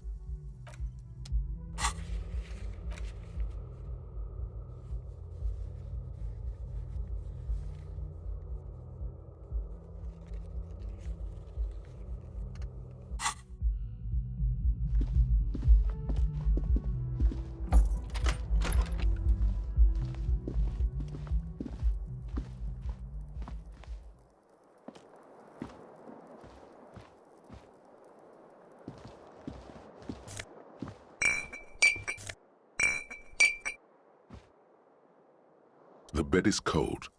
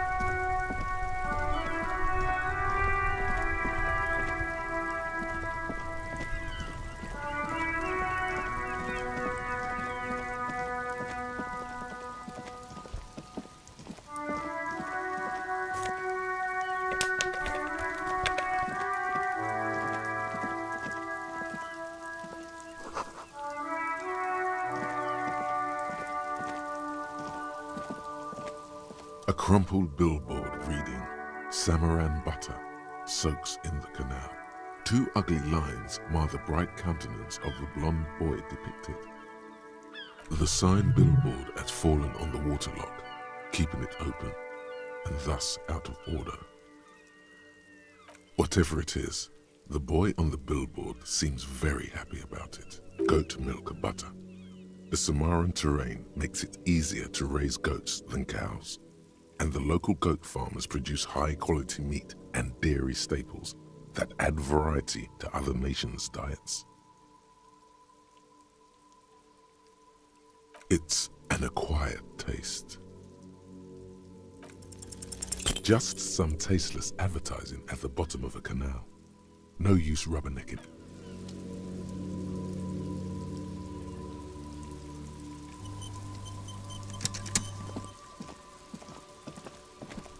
G'day to you, officers. A burly man hangs out by the waterlock, carving up a generous serving of salami with an old hunter's knife. His eyes are fixed on a man stranded on the other side of the waterlock and on an enormous billboard that has fallen down into the canal between them. My friend Barry the Butcher is stuck on the other side of the waterlock. I'm keeping him company and eating his salami. From the corner of your eye, you see a man in a yellow shirt and grey overalls waving at you from across the canal. He seems disappointed about the wreckage on the waterlock and the salami. Very good stuff. Anything I can do for you, officer? I wasn't here to witness it, but those look like tire tracks on that sign. Weird, huh? Then again, plenty of daredevil drivers in Revachol. Too bad it also takes a year and a day to repair anything around here, especially a waterlock. The rest of the coast is closed off till then. Well, there's the fishing village, an abandoned fish market, a bizarro church. Not much use to the congregation, though. There always seems to be something wrong with it. Yeah, not really much else. Just bombed out ruins. Sure thing. It is salty, it is savory, it is chewy. The hangover only makes the salami more tasty. Want some too, officer? Why not?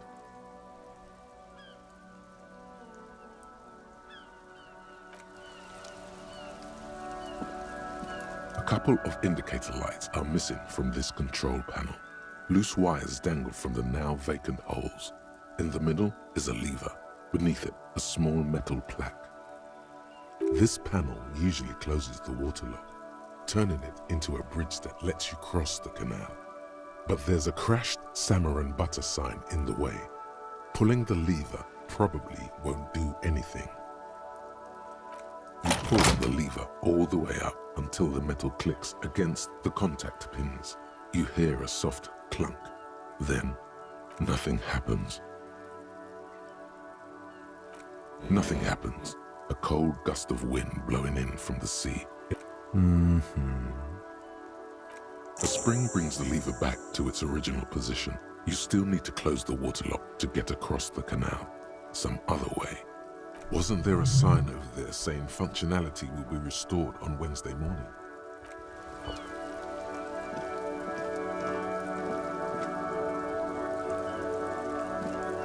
A crumpled the sign billboard has fallen on the waterlock, keeping it open, and thus out of order.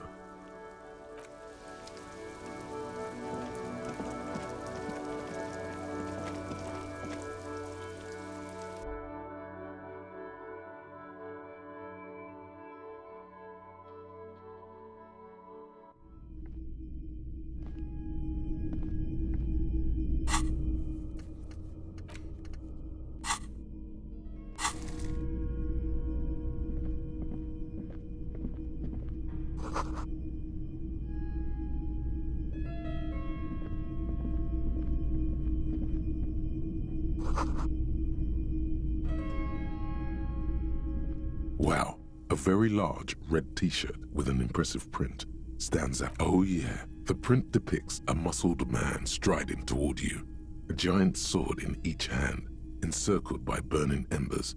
Behind him is a cluster of cabins engulfed in flames. Beneath him are the words, Hjelmdal burning. The antlers on the hood of the man's cloak and his piercing blue eyes are familiar. Smells like worn cotton and a little old sweat there. Worn cotton with a side of flea market or trash bin. Sniffing is okay, but please don't try anything on. Can't have you leaving your photon emissions in the fabric of things you're not going to buy.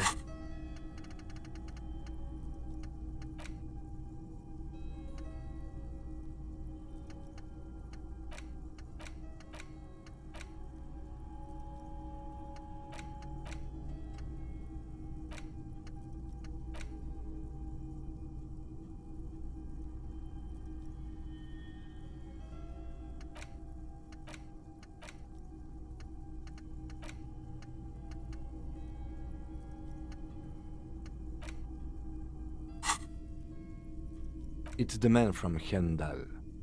Walking away from his burning village, yes. Huh? Oh, I see. That's tough, man. I feel the same way sometimes. The man from Hjelmdal is the hero of a series of popular books based on a fictional version of Kotla. In fact, most people don't think that man from Helmdal ever really existed, but they are wrong. Helmdal isn't a real place. Neither is the man a real man, of course, but both the man and Helmdal are an ontological necessity. But hey, it's not worth getting into an argument about. Wow. What?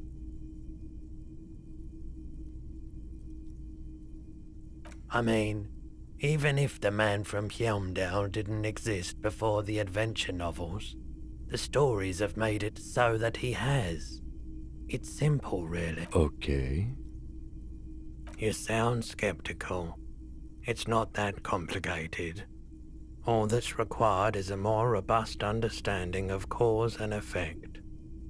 Besides, I've been to Kotla, though not quite as far north as the Helmdal, and watched northern lights travel across the sky. Very unique, energetic tides there.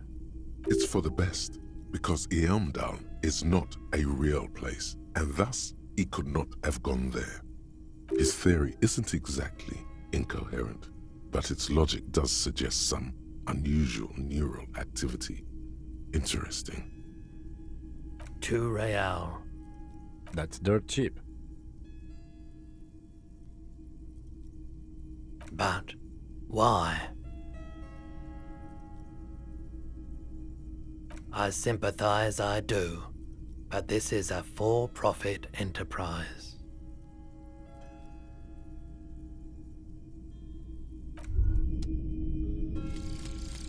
Lonesome, long way home. Here we go. Home awaits. Walk past Station 41 and through the market, past the Boogie Street spearhead to the other side of the lake, the frozen eye at the center of the district. Then past the video rental store on the corner. There, at the end of a street lined with pine trees, a small house no larger than a matchbox. 11 Voyager Road.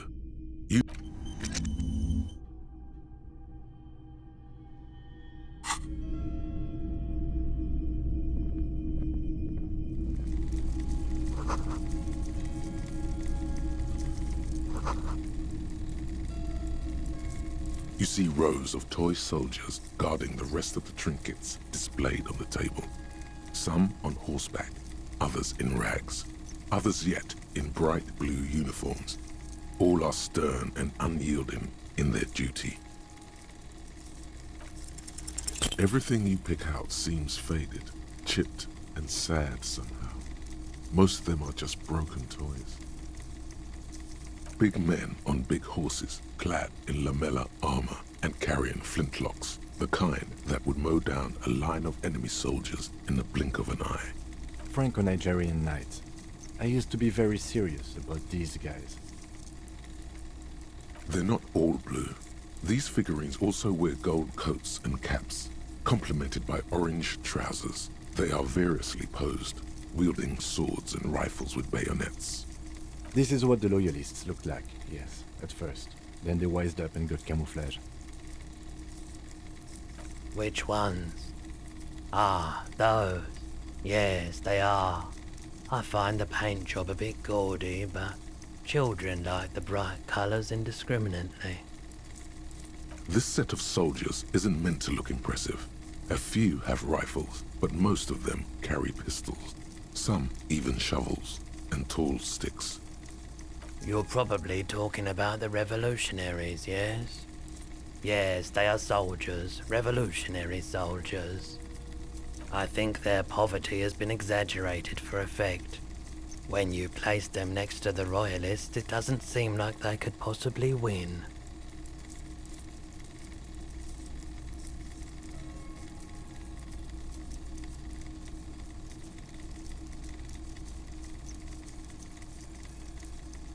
Okay, I don't like either set too much, to be honest.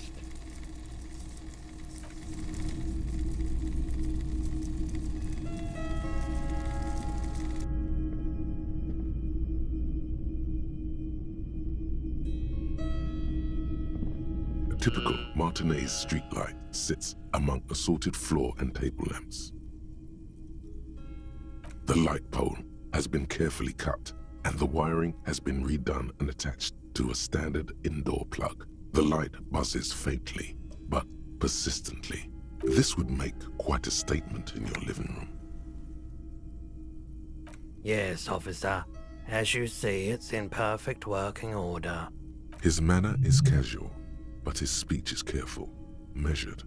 He wants you to know that he has nothing to hide. It was brought to me to be altered. We are not here to investigate the theft of city property.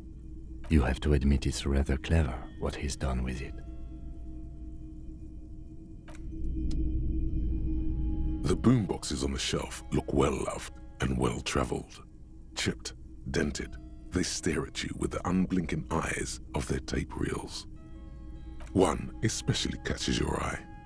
Deep gold and amber plastic with a big old handle on top.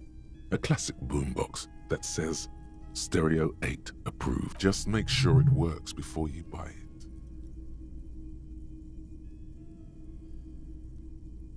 If police work means playing tapes, sure, you can use it for that. Or any other time you'd need to play a tape. Is the Harman Welshie W2, made in Vespa, designed in Seoul. Plays all reel-to-reel formats. 2mm, 8mm, 12mm. It's even got a little radio in there. It'll set you back 12 real. Absolutely. I've tested each one myself with It's not often that I see officers from the RCM in my... What can I do for you? His courtesy is not insincere, but he prefers being alone with his projector, just watching the movement of light across the walls of the shop. I haven't had any problems myself, though some of my customers have complained about inconsistent law enforcement. Who are your customers usually? All kinds of people come through here. Locals, travelers, people looking for a deal, people looking for a keepsake, people who are terminally bored. As you can see, I have a wide selection of goods for everyone to choose from. It keeps me entertained. He's well composed, but underneath it you sense psychedelic processes bubbling. Some kind of drug, maybe. Entertained? He might be high. If he is, on what?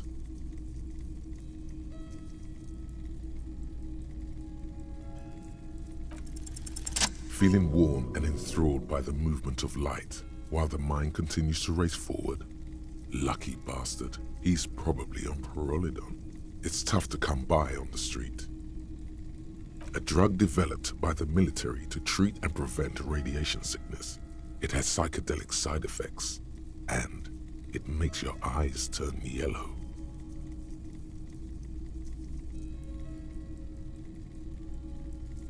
I try to keep the shop at a comfortable temperature.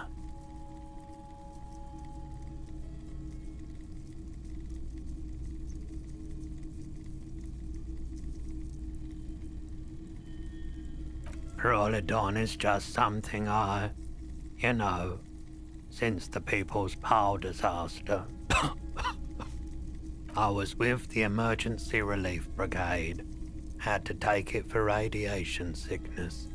He's taken it for mental and emotional, not physical pain these days.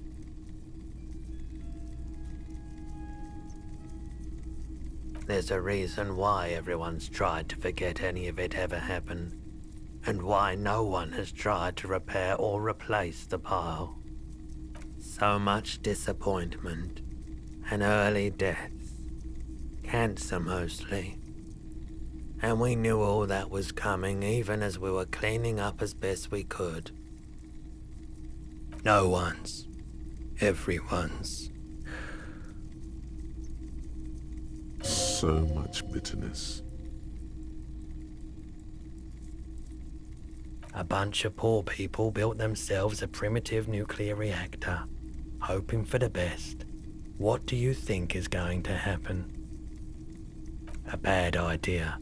Some poor leftist built a particle decay generator in hopes of bringing affordable electricity to underserved communities.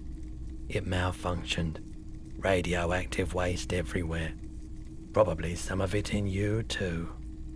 The People's Pile was a Type U particle decay generator that failed immediately after entering service, releasing radioactive waste into River Esperance. A primitive nuclear reactor, also called a pile. Construction began during the Commune of Revachol. The people continued work on it after the Commune fell. They wanted a cheap source of energy for Revachol West.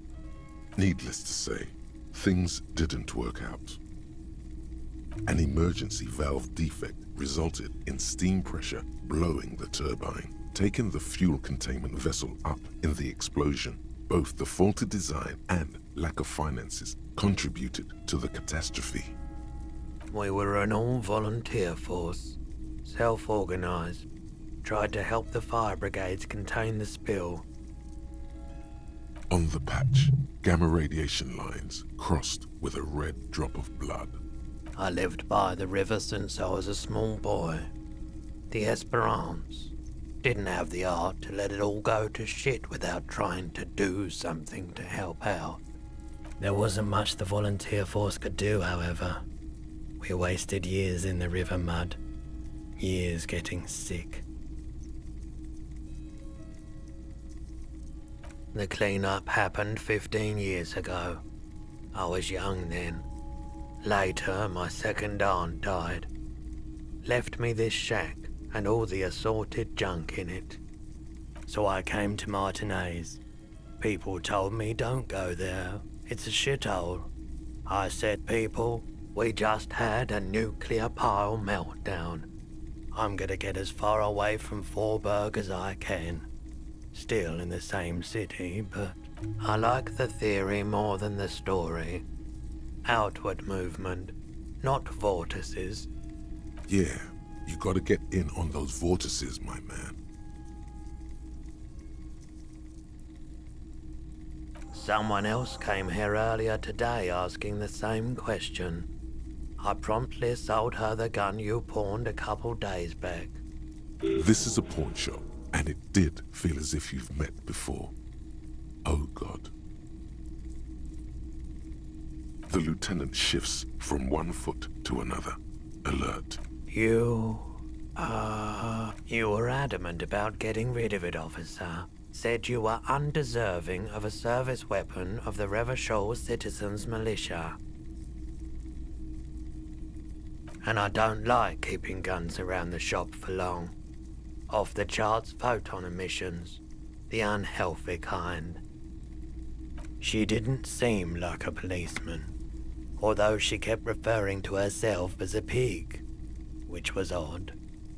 I found her interest in the gun a bit obsessive, but I was just happy to get rid of it, and of her. Truth be told, she was terrifying. Right, so let me get this right. You sold your sidearm, issued by the Citizens Militia, and now a civilian is running around the streets of Martinez with it?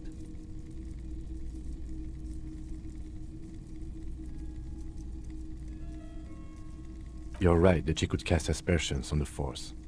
We have to find her. My apologies, officer, but I have no idea where she was coming from or where she went. A needle in a haystack. There is nothing you can do about it now. You'll just have to hope you luck upon her somehow. Of course.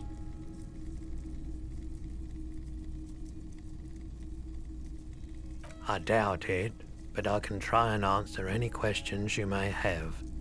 I do my best to keep my distance from all manner of butchery. Bad for business, bad for everyone. He doesn't know anything.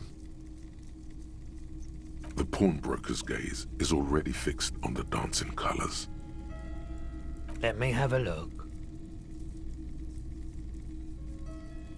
Anything else you're thinking of selling?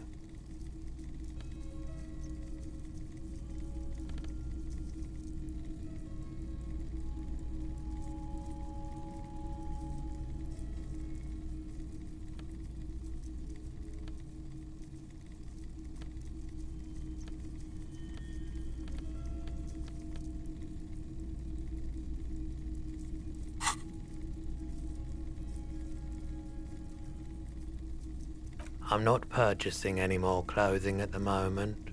Another time, perhaps.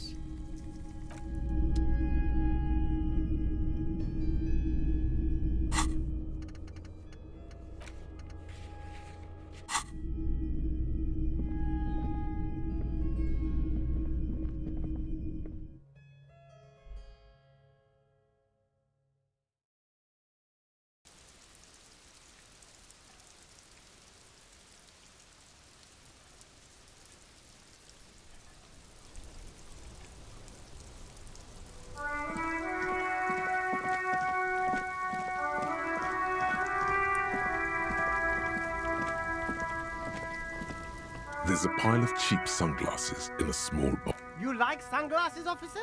I've got the latest styles right here. Stylish shades, huh? They'd be even more stylish if you paid for them with net worth. Go over and ask him. Abort. These are hideous. What's more, they don't even fit your face. You can feel them pinching your nose. Damn, officer! You look like a mega secret spy. Very secret. They're practically made for you. I'll let you have them. They're perfect for concealing your bloodshot and baggy eyes. It's going to be very difficult for anyone to take you seriously with these things. No, you are definitely not buying those.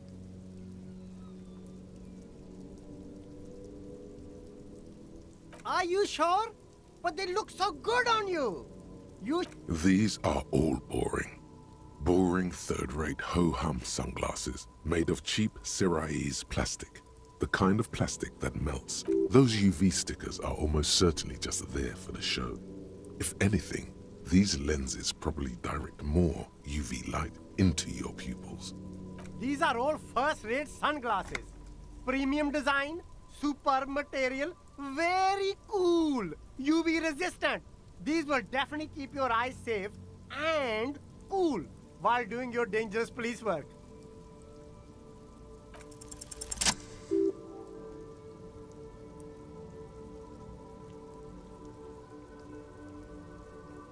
Oh, very interesting choice, officer. Very high culture. This is how a sea monster sees the world. You've become a sea monster. Giant, hidden, and strangely tender at heart. All is alright, but these actually make your vision worse. It's like literally being underwater. Wow, officer! You look so cool! And they can be yours for a mere 3 real. My regular customers have passed them all up because they've got no taste. But you found them.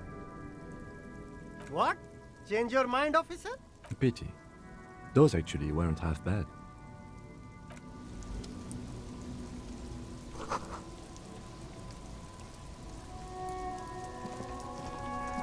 There are clothes inside.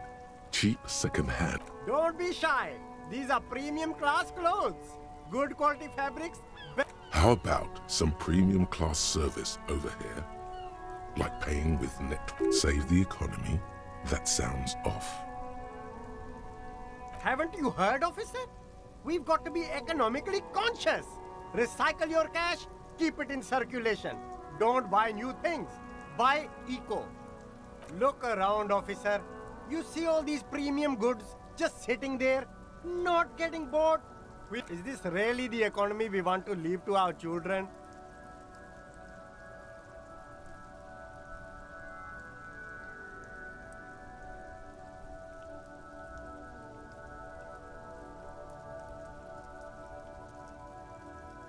That's good, officer. That's exactly what the economy... You find your hands deep in tattered and faded garments made from weird polyester blends that make your body itch and sweat in all. The box smells like cat piss. or like an old person? Economical, but also trendy. Look first hand, buy second hand. Keep the economy moving. Something cold grazes your hand. Synthetic and sleek, a windbreaker. Surf, it says, but also wind. Good choice, officer. Mega sporty. And it's only $4.50 for you, sir.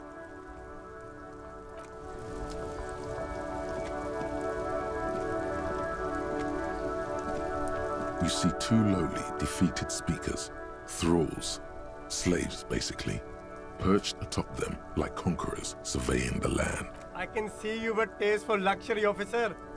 Can't keep your eyes off those sneakers. Speaking of luxury, you should go over and ask about paying for those sneakers with your net worth.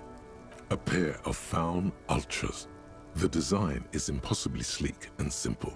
A futuristic silhouette with a sleek monochrome colorway. Those sneakers, mister. Those sneakers are the latest Faun sneakers. Super air, super fine, super cool. Only 50 real. Only? That's madness.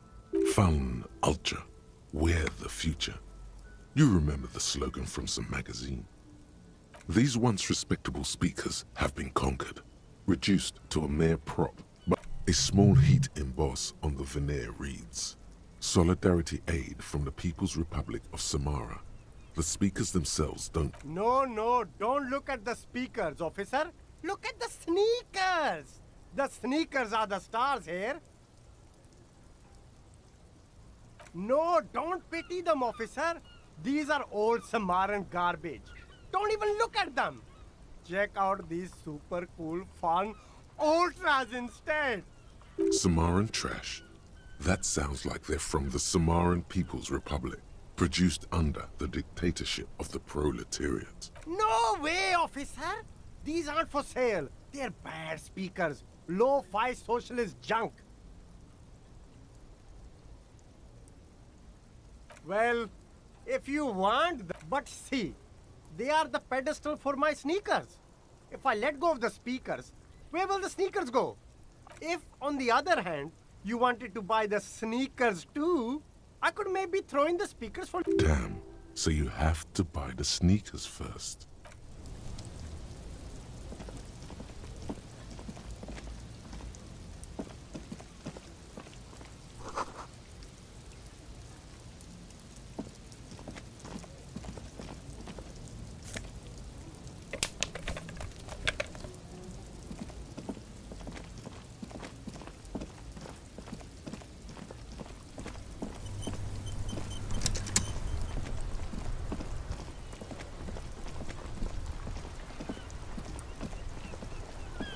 Inside, you see a set of steering levers, a radio microphone, a pull-out toolbox, and the soft glow. This is Precinct 57. How may I assist you?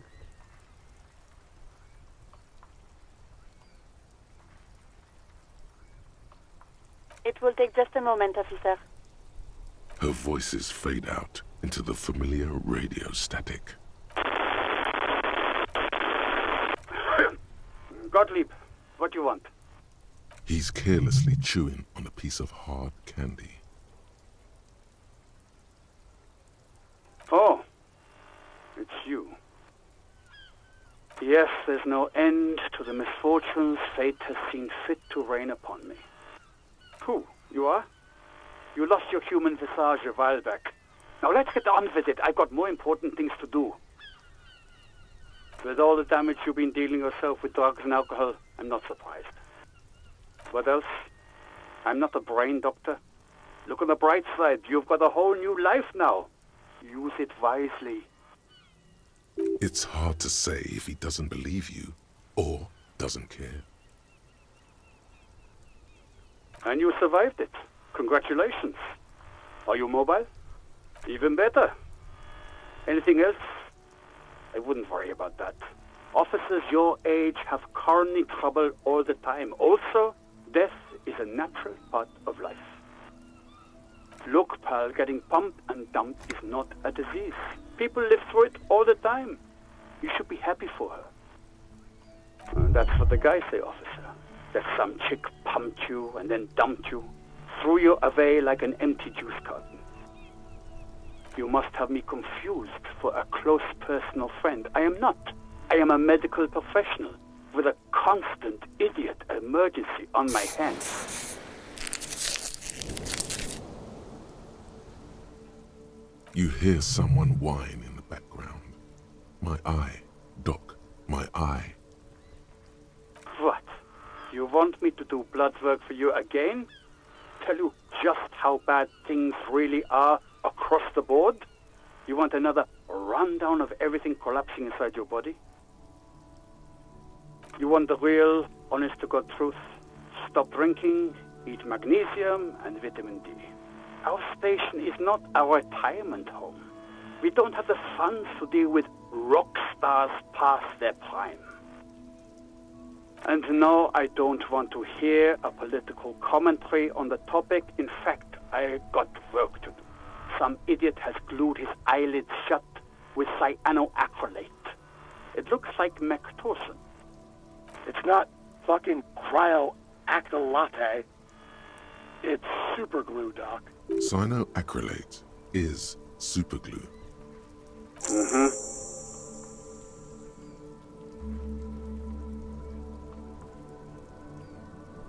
Anything else I can help you with, officer? Of course. What is the number, officer? Yes, hold on. Her number is 005 1944 298. Received. Hold on, officer.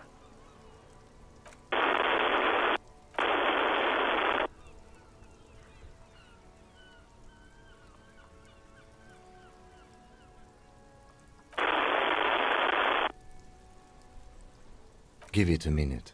She might be busy at the moment. Takes a bit to get to the phone. Just wait. Relax.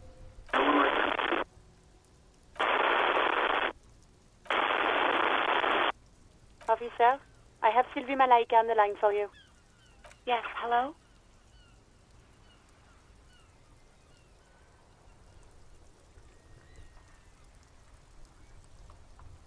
Oh, right. Hello, officer. What can I do for you? There is no resentment in her tone. She wants you to ask her out. No question about it. You mean, why did I leave the bar? Honestly, I'm not really comfortable discussing it with you, sir. Why not?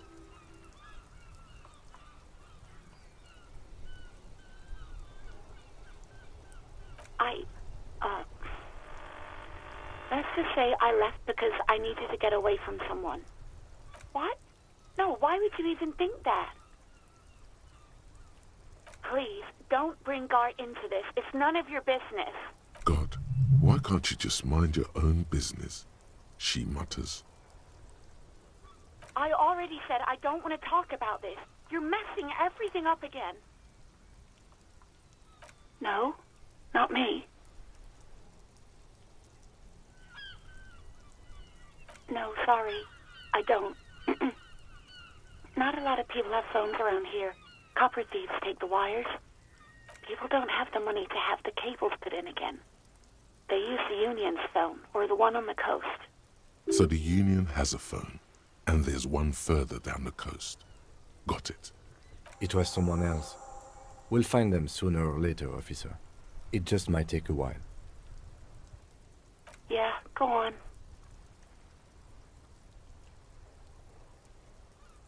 Yes, I know who you are. You're a police officer. The law.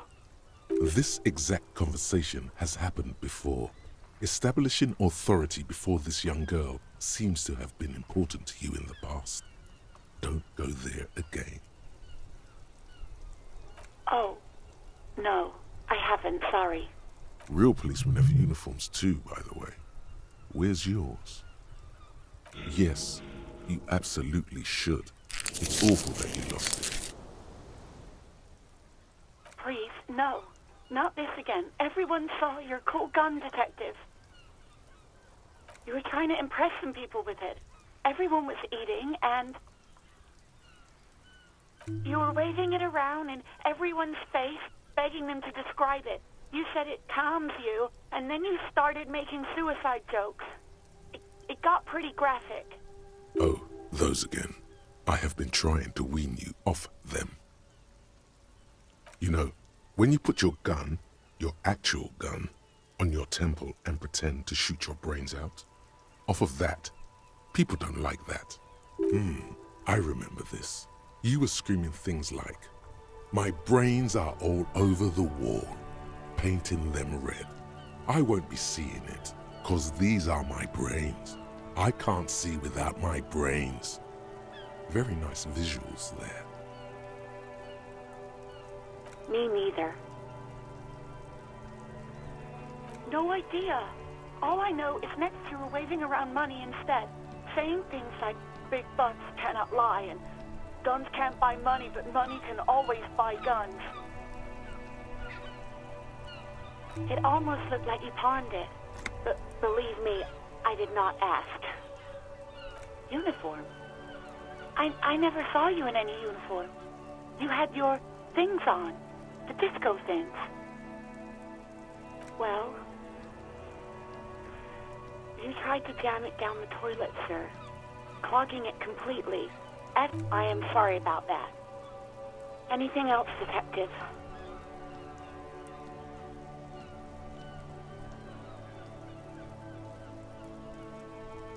I do hope so. Please, don't call me again. Bye. Yes, you have obviously done something to upset her at the Whirling in Rags, when she was still working there. I'm not mad, it's just... you were so drunk and so emotional all the time, and then the skua thing happened. It just made me want to quit. The stuffed bird, the great skua, you threw it against the wall while screaming, "Fuck that bird," and laughing like a maniac.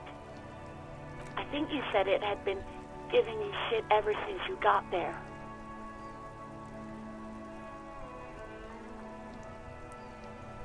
It was a pretty bird, there since I started working in Whirling.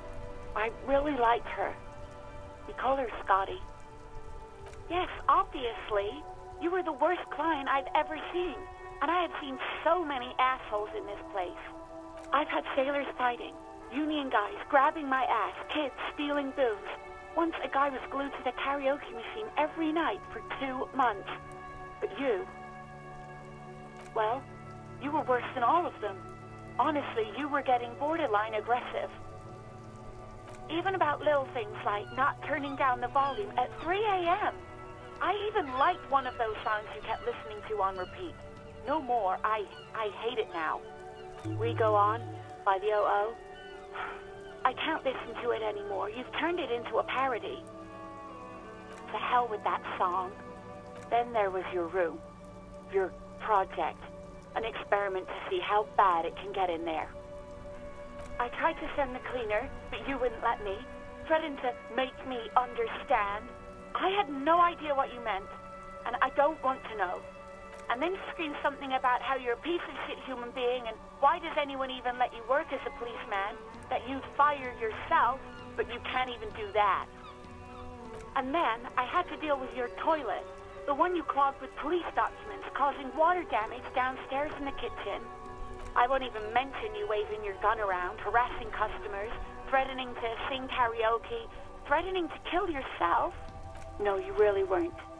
You were simply the worst.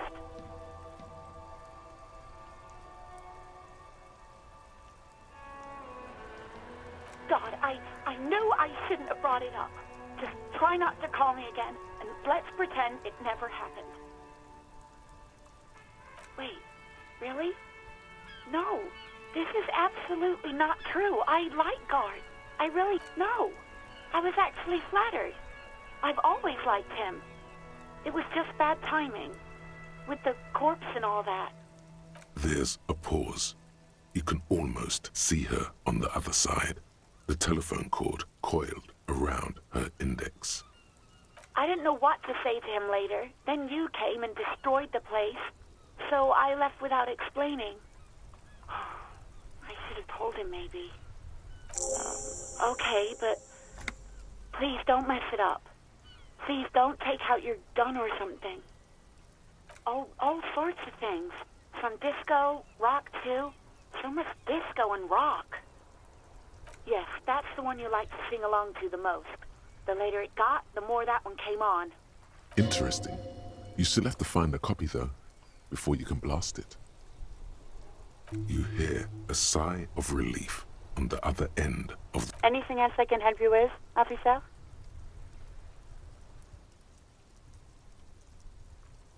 '57's over and out. In the cabin, you see a set of steering levers.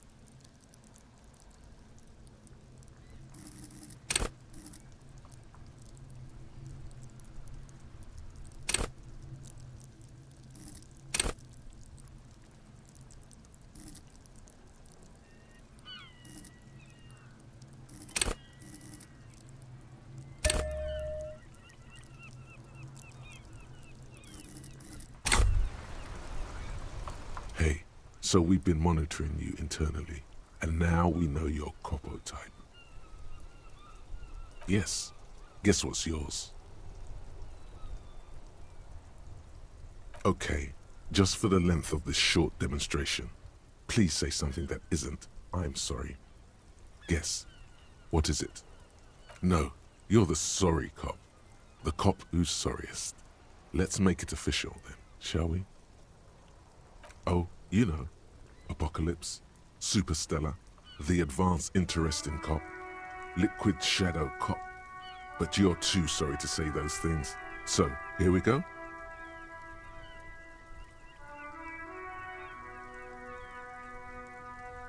No, you don't. Come on. You'll be back to saying sorry in 2 minutes. Stop wasting time and begin the repentance. Wow. Okay. Fuck off. Maybe we were wrong about you then.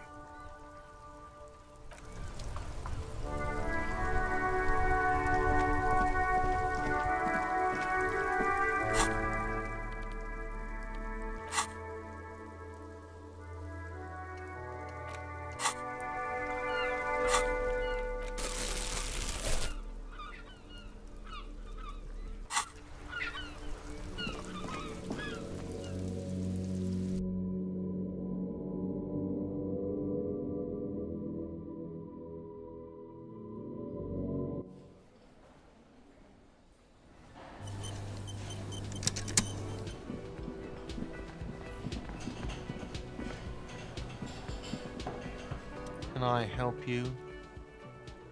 Wait, what? But what about the bird? Yes, the bird. I found it lying on the floor with a broken wing the morning she left. You broke the skewer! I assure you it was him. Why on earth did you have to break the skewer? I can't believe it. I was so sure it was Sylvie. Even worse, I thought she was trying to send me a message. Symbol of hope and all. A tender type of hope. Something stirs in you. Perhaps this is why you broke it. All right. Did she say anything else? About me, you know? Did she say anything about me?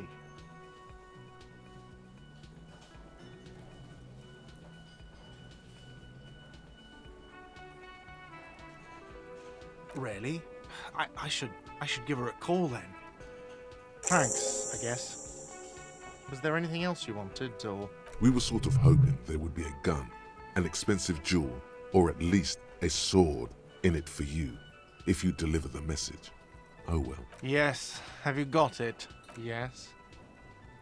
Another thing? Yes.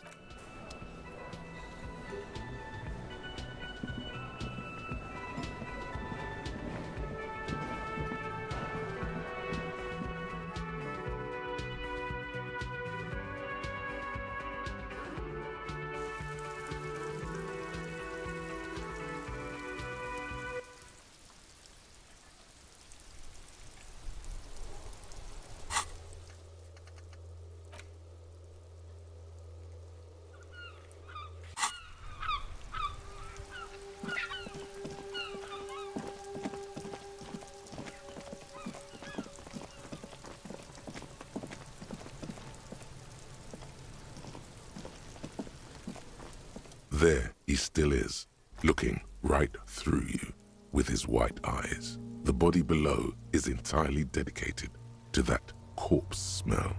Emitting it is all. If the ammonia only makes it worse. The second time, not so much. When the vomiting is done, your cheeks are wet with tears.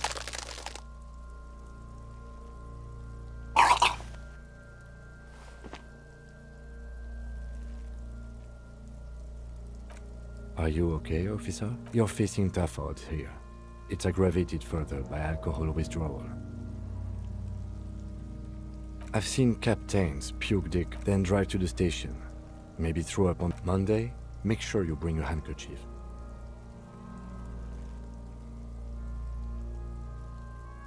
That's probably a good idea. Clear our head. But before we can do, you need to get your shit together. No, it's not, officer. We should go talk to the locals. Find something else to do. What? Give it half an hour. Get your...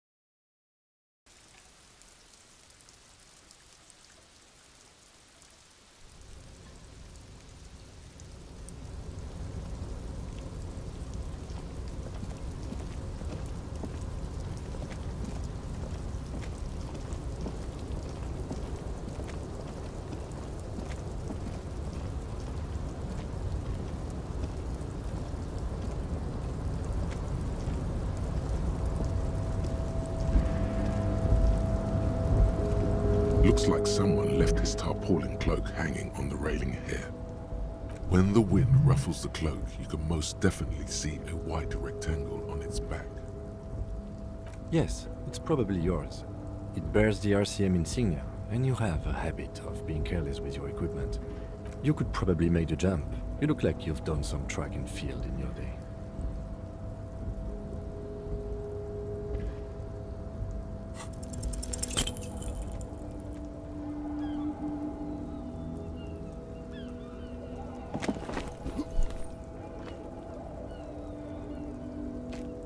Nope, no. That's still too high. What were you thinking? You're not a... Sure. Just be careful, okay? Looks like you almost strained a muscle there. The cloak? I do think it's yours, yes. As to whether you should go for it? Well, it doesn't seem too dangerous. 2 meters... The cloak looks like a bag of goodies floating in the wind. Who knows what its pockets may hide? The wind is aggressive up here. The lieutenant looks at the enormous crane towering in the distance over the container yard. That machine is a Kvalsund 1020 HK. Is it? Kvalsund makes a lot of heavy equipment, but this is phenomenal, even for them. But I digress. We were focusing on your cloak here. What are we doing?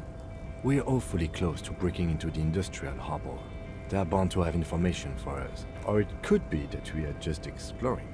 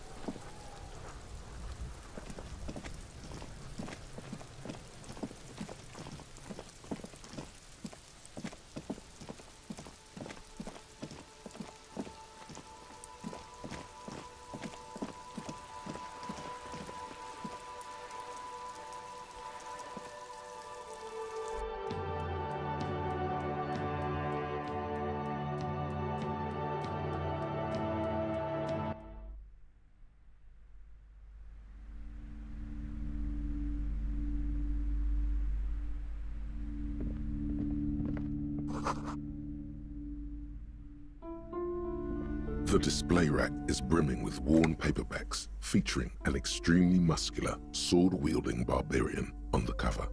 Nearly all mountains of it. Heroic quantities of Heimdall. Roy's puny shirt is nothing compared to the real deal. Rows and rows of Heimdall men blur your vision. You make out some titles. Man from Heimdall and the Mammoth Riders. Man from Heimdall, Return to Heimdall. And the solipsistic Man from Heimdall and the Heimdall Man. Maybe 100. Man from Heimdall and the sages at the end of the world.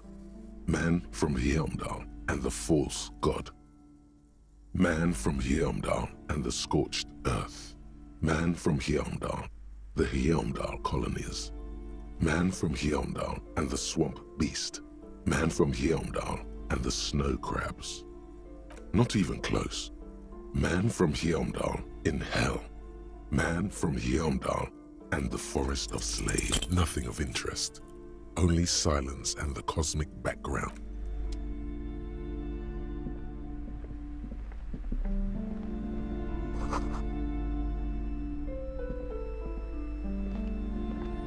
A small mountain of colorful board game boxes. There are numerous types of games for all ages. A lot of shelf space seems to be taken up by Wirral-related merchandise. An endless variety of source books, lore books, and codices litter the table. The topmost book is titled Welkin Compendium, 2nd edition. There's also a large hardbound tome with intricate cover art, The Hunters of Katawak, Boreal Creature Compendium, and a Pick Your Path adventure game book titled Tales of Wirral, Cavern of Velkrag. Books in a board game section? Who wants to read books? There's a box that says Wirral, 3rd edition Mega Setting Supplements Module. The side panel notes, a fantastique adventure board game, new maps and miniatures. A sticker on that price is steep, but then it's the 3rd edition Mega Setting Supplement, so it makes sense. Wonderful board games, sir. The Viticulturist is a classic for sure, or perhaps you'd like Archipelagos of Insulinda. Raubritta is a fun game of economic competition, but can get quite intense after a while. We have games for the whole family. You can play with your children. Then you're a lucky man, officer. Children are the greatest of... For playing with friends, I'd recommend Suzerainty. It's a civilization building game where you build a civilization, then set lousy auras there. No, role-playing games are popular among those types. You know, who are into those kind of things. Personally, I don't... I've heard they turn people into occult enthusiasts. That they have rituals where they try to summon entities. Highly...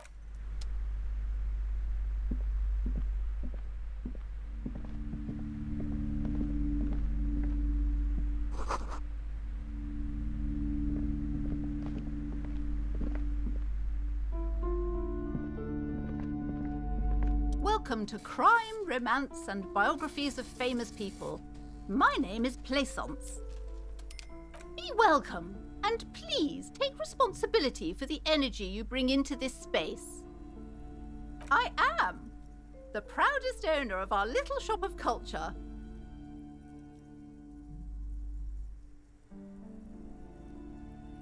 Annette, yes, my daughter. I hope she wasn't slacking off again with her nose in science fiction. Tell me, was she at her post doing her job like a proper girl? Wonderful! Did you talk to her?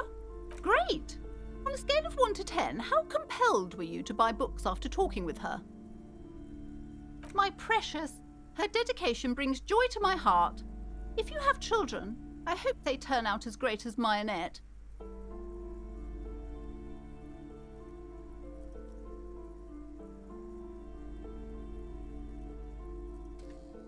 God, I've told her not to do that. It's such a disgusting habit. She'll get over it. Anxiety is a part of life. She can, if she has enough willpower. This is what's called growing pains. Life isn't easy. Life doesn't give breaks. Come on, ma'am. It's obvious she can't do anything about it. You are placing an unnecessary burden on a young child.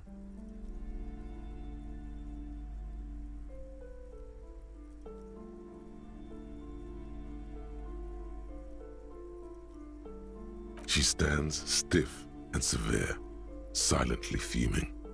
10 or so seconds pass without change. This is a person coming to terms with a new reality, one where they are wrong. It's not she's looking for one, but there simply aren't any good arguments for being an asshole. Oh no. Hold on. I need to invite her inside and apologise. She must be freezing out there. There. I don't know what to say to you. My husband, he tries to teach me business lessons. I have what my mother called a dull mind.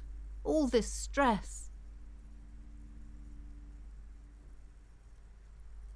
Yes, my husband is a successful entrepreneur east of the river. If only he were more involved in the business we're running up here. No matter. Soon we'll both be off for Grand Couronne. It's a proper place to live. One of the most peaceful neighbourhoods east of Jamrock. You may know it for its massive housing projects. Most of the buildings are empty at the moment. It's a great opportunity to get ahead of the crowds. Better times ahead for sure. He made the initial investment. Since then, he's been what you might call a silent partner. Super silent, almost inaudibly so. Yes, I'm afraid so. A real treat she is. It would be nice if she had... No, we couldn't have afforded more children, really. Not in this economy. A glimmer of sadness blinks through the well-crafted exterior. We're quite busy people, you know, my husband and I. Quite busy. Children are a lot of work. You don't look like a father, so I'm sorry. I'm sure you do understand. She's been too busy, helping me here. So she studied at home this trimester. This is a temporary solution, of course. I assure you, I of all people understand the importance of education. She will be back in school the moment the store takes off. And hell freezes over? Never mind. It's not a good topic to get into. The woman looks aloof. Her features much softer. Occasionally she glances at her daughter's silhouette. Goodness, you were already doing good, browsing the shelves. Why'd you stop? Don't you feel compelled? Go, go. Get back. Everything is on the shelves. Take a look yourself. She's attempting to mentally direct you towards the shelves. She only wants you to buy the goods. She doesn't care about the books. Truth be told, not really. My sister brings in most of the goods. I'm sure it's all very literary stuff with well-written prose. But you don't learn about the important things in life from fabricated stories. I provide a valuable service. As long as people buy books, I'm fine. The truth is available if you just know where to look, and you have to open and free your mind to understand. She smiles and nods.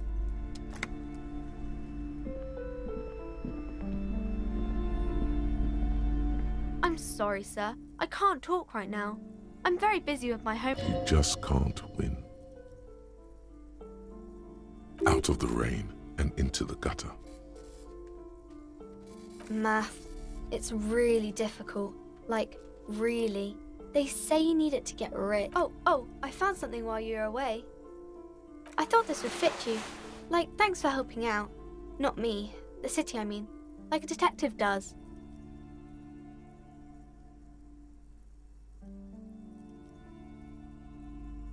Just what Dick Mullen would ask. I got it from behind the curtains. I'm not really supposed to go there. Maybe. It's the hat Dick Mullen wears all the time. You'll look way more serious with that. Right, I have to get back to my homework now, before Mum notices. Man, this is hard.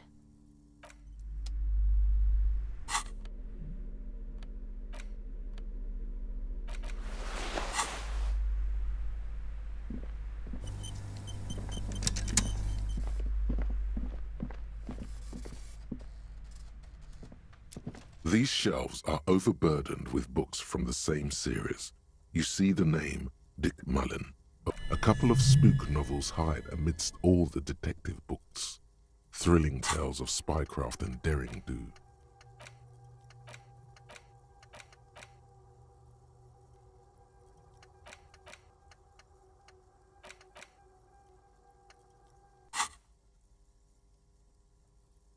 Oh, crime, robberies, murders, even sexual crimes. We're fortunate to have Dick. You're a police officer, apparently.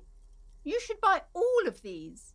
They really do teach a Crime fiction is a disgrace, an asinine misrepresentation of the physical attributes of the arduous everyday work of actual police officers. These books greatly overstate the excitement of police work, glossing over how long it takes to actually follow up on leads and eliminate dead ends. What's more, they completely ignore the psychological hardships of year after year coming into contact with people during the worst days of their lives. Not a single mention of all the stress this work creates upon the officer's family. Detective fiction just doesn't tell the truth at all. Shelves filled to the brim with crime novels feature volumetric shit compressor. Bizarre scientific news from Revachol West.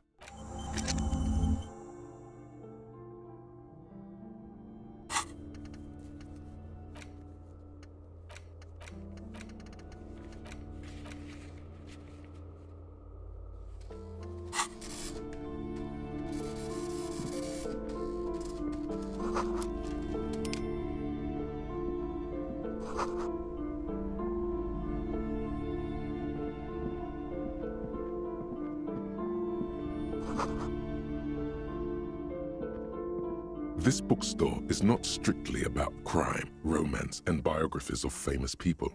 There's also a wide range of paranatural literature. Sir, please, no browsing in that shelf. That wisdom is not for free. I can't have you end up, like, opening a police store next door and stealing my customers. Oh no! Amidst the various books, you find one written by someone named Matthias W. Dundas. It's about wholeness, unity, balance. These three things are very important to the working class mind. The point of the book, and many others on this shelf, is to give people medicinal advice in situations where they don't have access to paid health services. It serves platitudes, while also telling everyone that traditional medicine, the kind people don't have access to and which costs more than this book, wholeness, unity, balance, on the other hand, can basically take care of anything. Though it is important to note, when it's up to your mind to heal yourself, then it's because of your mind that you're ill in the first place. The book features chapters on topics such as how to find magnesium. It even lists plants you can harvest magnesium from. There's even a chapter on the ancient Seraïs tradition of using duck gallbladder preservatives to treat and prevent sexual. Several maps have been attached to a bulletin board hidden inside the alcove. The maps look old and faded. Your eye catches a map of Insulinda, a map of Revachol, and a map of Martinez. This large map displays archipelagos. You see a constellation of small dots on the light blue emptiness of the Insulindic Ocean. The largest in the northeast is La Caillou. You are here. Another far away in the southwest, Ozon, Laurentide, disintegrating into mathematics. In the northeast, a dust mite stands on the north coast of Caillou in a bookstore. It's you. You can, on Caillou, Revachol, a single 850 million people live on these little dots. An oceanic world of culture and commerce. The ocean breaks apart connections to other worlds. Words past the Insulindian, unknown to you. You only know you've never been there. You have little idea what they are. Distant stars, gods, but looking at them makes you feel almost non-existent. Whatever they are, the Isolas are immeasurably large compared to you, and very, very far away. Perhaps they are gods, gods of distance and outer dust.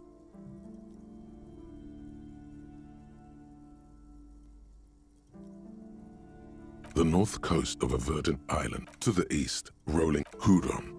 It's so small. No, this is somewhere to be. This is all you have, but it's still something. It's not really a map. It's a tourist thing. A pic. Still, it's detailed. Could be pretty useful for. I'm sorry, officer. The map of Martinez is the only one available. The other, they're quite valuable, though they might not look it. The map of Martinez is 90 cents, though. That old thing. It's an out-of-date map of a tourist location from when some design studio people tried to spruce the place up 4 or 5 years ago. They also renovated the horse statue. The place does not look like a successful tourist trap, does it? They didn't get that far, for some reason. A shame the project never got going. Would be nice. Always good to be informed of your surroundings.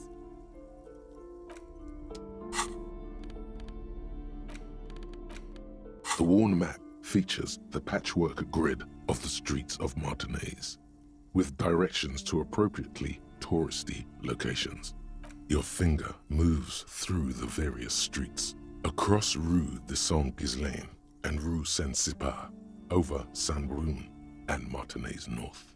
Finally coming to a halt on the spot where you are currently standing, although the map gives no such indication itself.